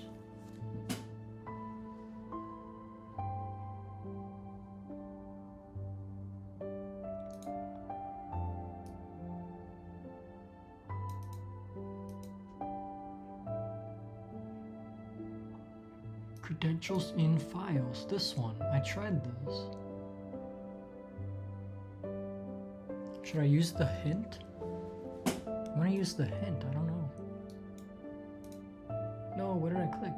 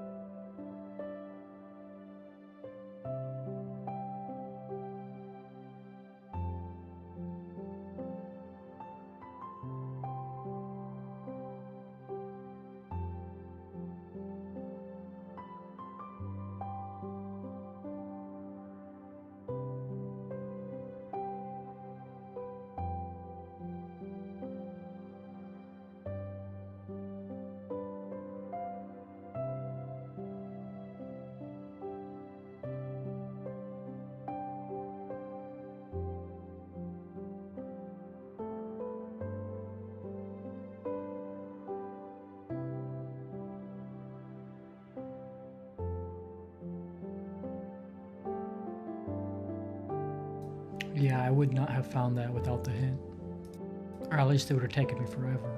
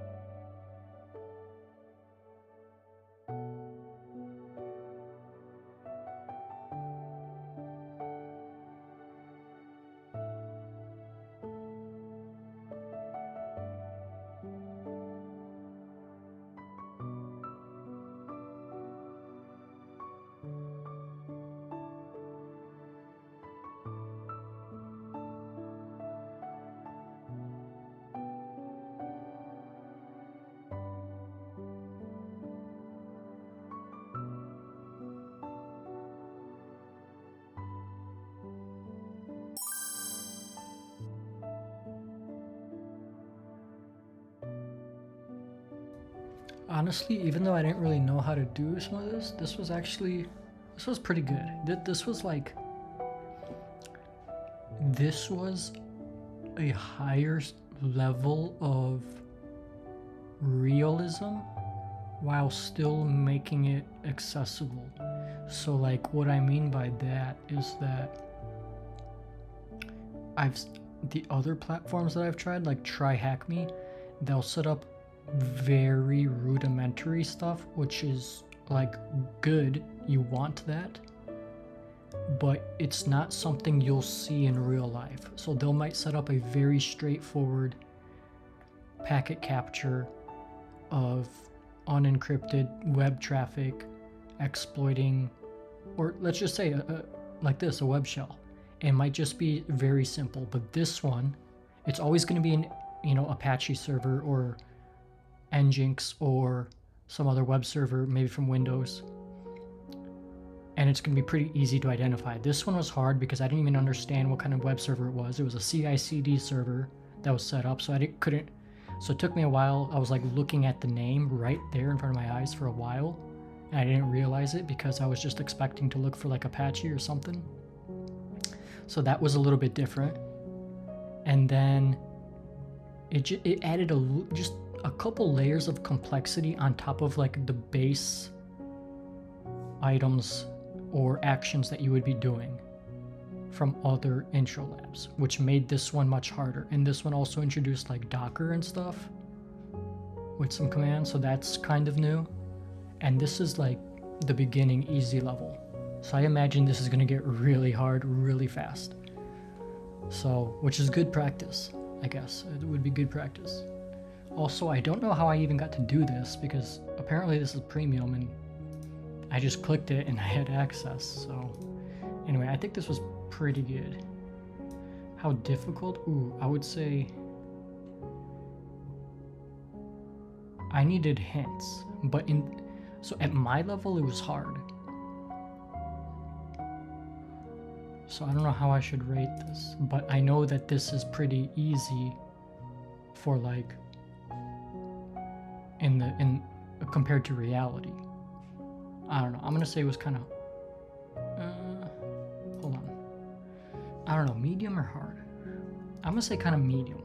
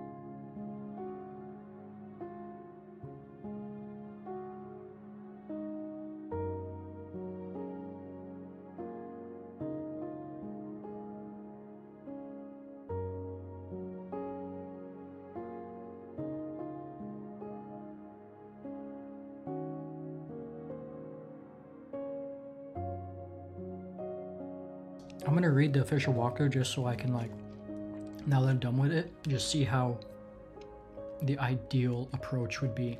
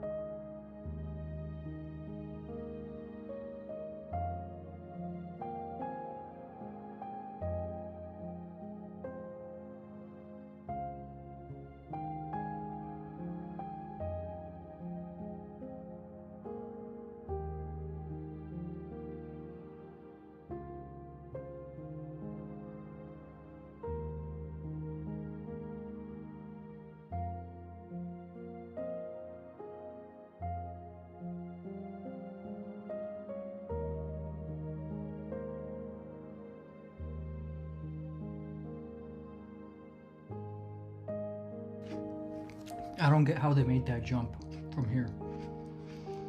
So I see how they did this. Then they looked for stats endpoints.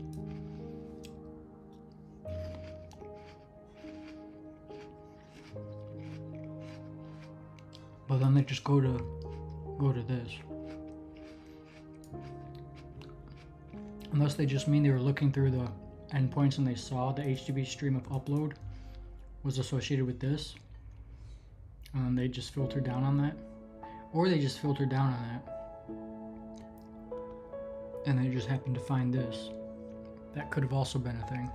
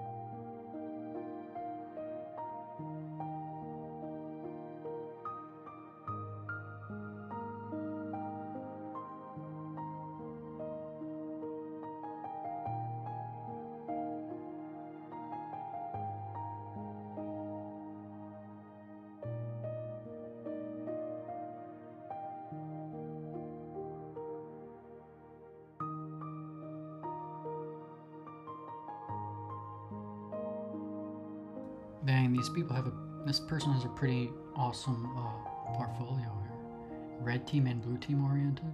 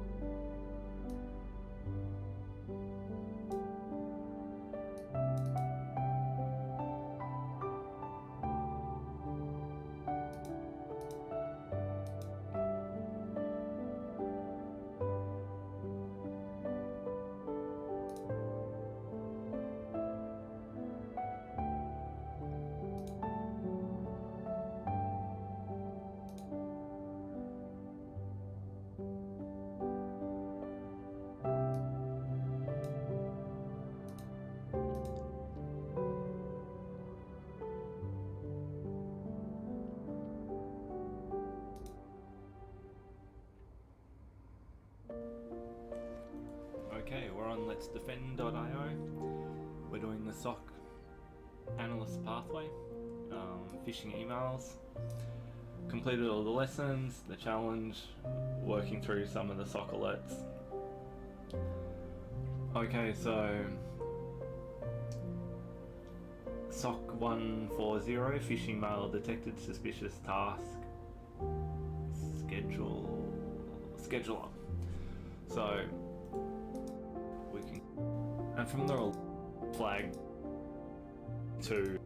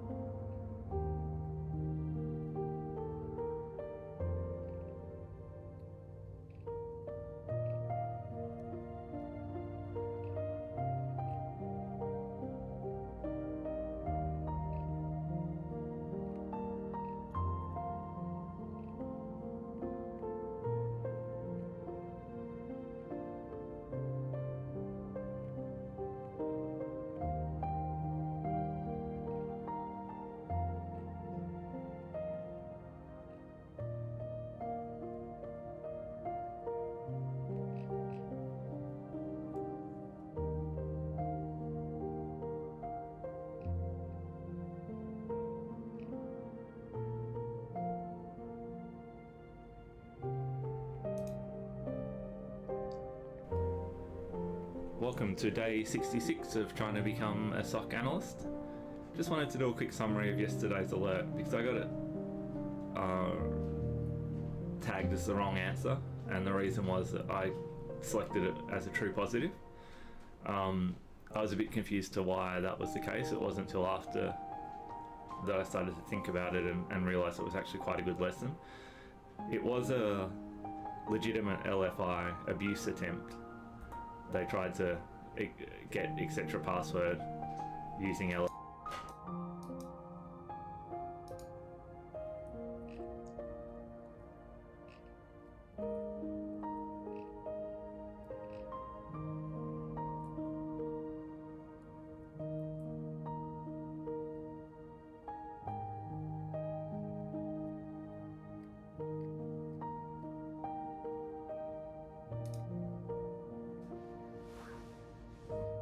Okay, having passed Blue Team Level 1, BTL1, I wanted to do a quick video review on it.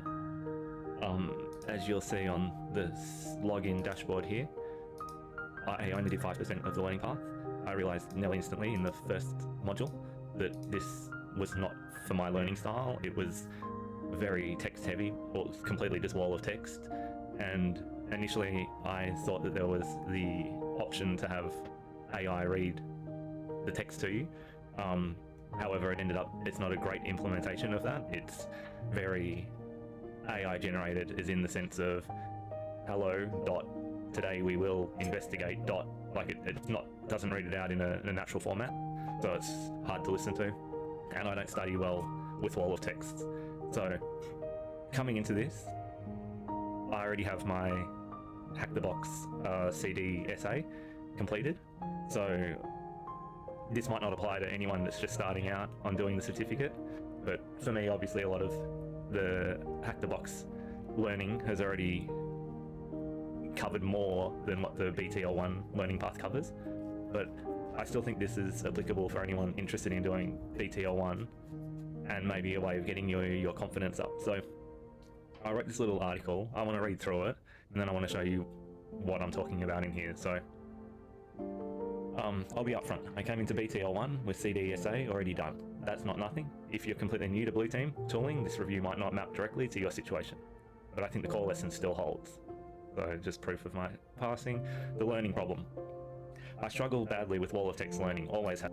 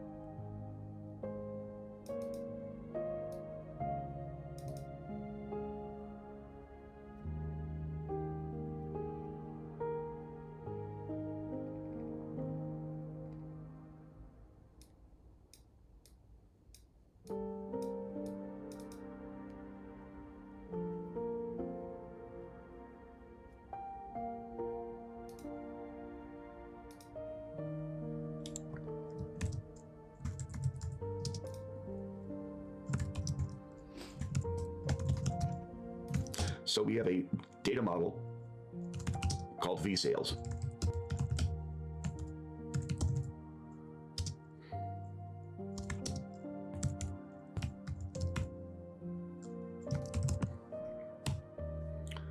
And it has a number of fields, but it also has a number of data sets. In this case, notice my syntax: tstat sum us.price from data model vSales by us.product name.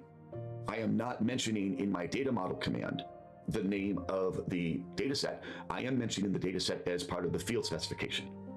Let's try using another data set within this model. Let's try, for example, the Canadian data set.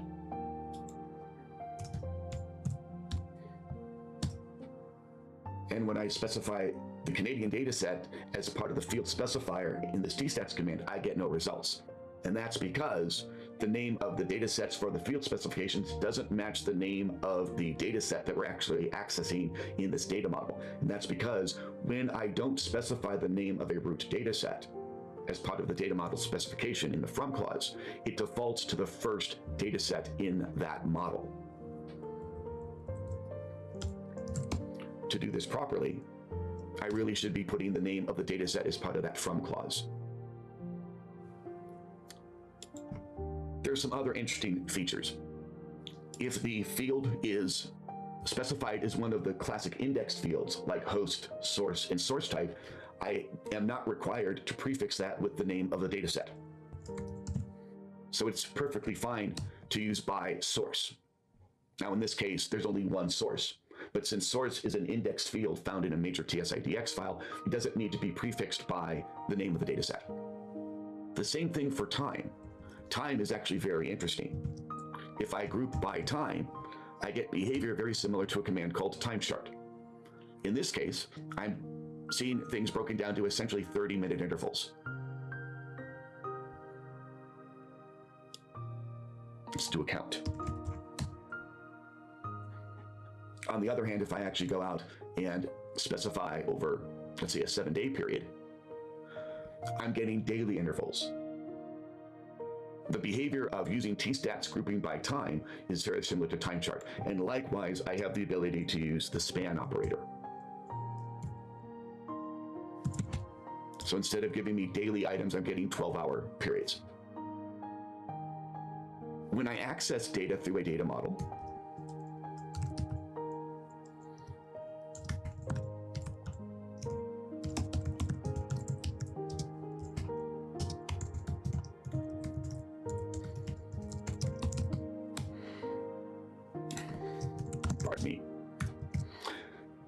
got to get the name of the data model correct. When I access tstats using a data model, I have the ability to use data models that are accelerated or unaccelerated.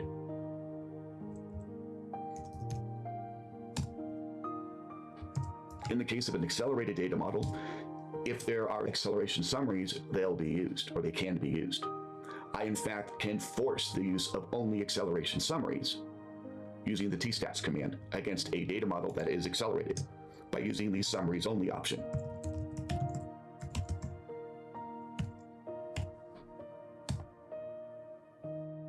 Or I can use it false. Let's take a look at the effect of this a little bit more closely. I'm going to change my time range. We'll go back 10 hours, snapping to the hour, and I will choose 1 hour, snapping to the hour. Benign space period 120, and we see that the job, without forcing the use of acceleration summaries, took 0.36 seconds. Specifying true seemed to go a little faster. 0.09, actually many orders of magnitude faster. However, there can be some disparities.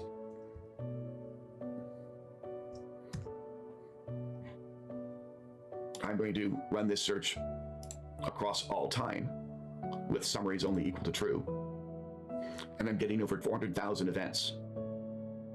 But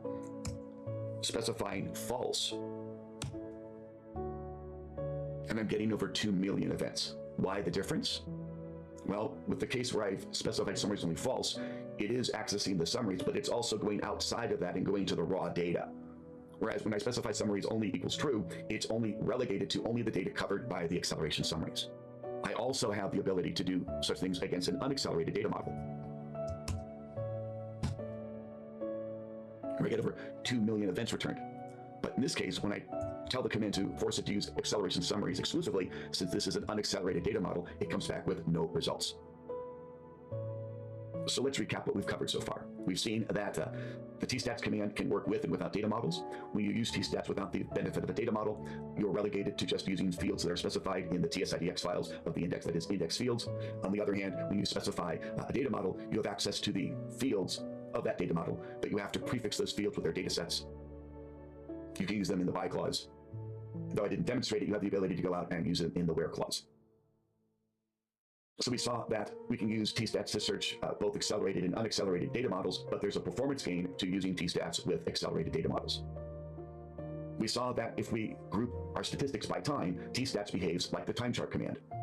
If I don't specify a range, tstats will dynamically, like time chart, choose a dynamic timestamp. 5-minute time range would be 5-second time spans, whereas a 24-hour time range we saw was a 30-minute time span, and a 7-day time range produced a 1-day time span. But as I demonstrated, you can overwrite that with the span option. Another thing to note that's a difference between stats and tstats is that I can only use wildcards for field values. The stats command allows me to use wildcards in various parts of the syntax where I specify a wildcarded field name. Wildcarded field names are absolutely not allowed in the tstats command. When you're running searches that are accessing just indexed fields and you're using the stats command, think about doing a tstats instead. The performance benefits can be phenomenal. But as I demonstrated, you can overwrite that with these to prefix those fields with their data sets. You can use them in the by clause. Though I didn't demonstrate it, you have the ability to go out and use it in the where clause. So we saw that we can use tstats to search both accelerated and unaccelerated data models, but there's a performance gain to using tstats with accelerated data models. We saw that if we group our statistics by time, tstats behaves like the time chart command. If I don't specify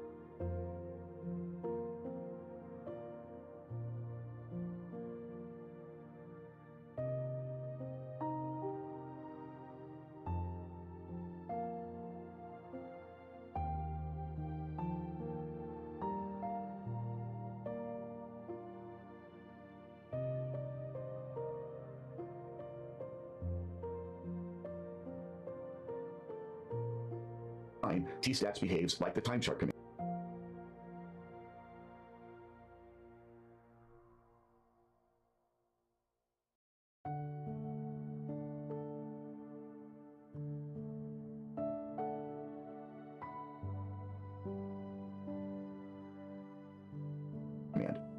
If I don't specify a range, tstats will dynamically, like time chart, choose a dynamic timestamp. 5-minute time range would be 5-second time spans, whereas a 24-hour time range we saw was a 30-minute time span, and a 7-day time range produced a 1-day time span. But as I demonstrated, you can overwrite that with the span option. Another thing to note that's a difference between stats and tstats is that I can only use wildcards for field values. The stats command allows me to use wildcards in various parts of the syntax where I specify a wildcarded field name. Wildcarded field names are absolutely not allowed in the tstats command. When you're running searches that are accessing just indexed fields and you're using the stats command, think about doing a tstats instead. The performance benefits can be phenomenal. So in each of these cases, we have a regular stats version of a search and its tstats version. And as you can see, 0.08 seconds for the tstats version, 1.59 seconds for the stats version.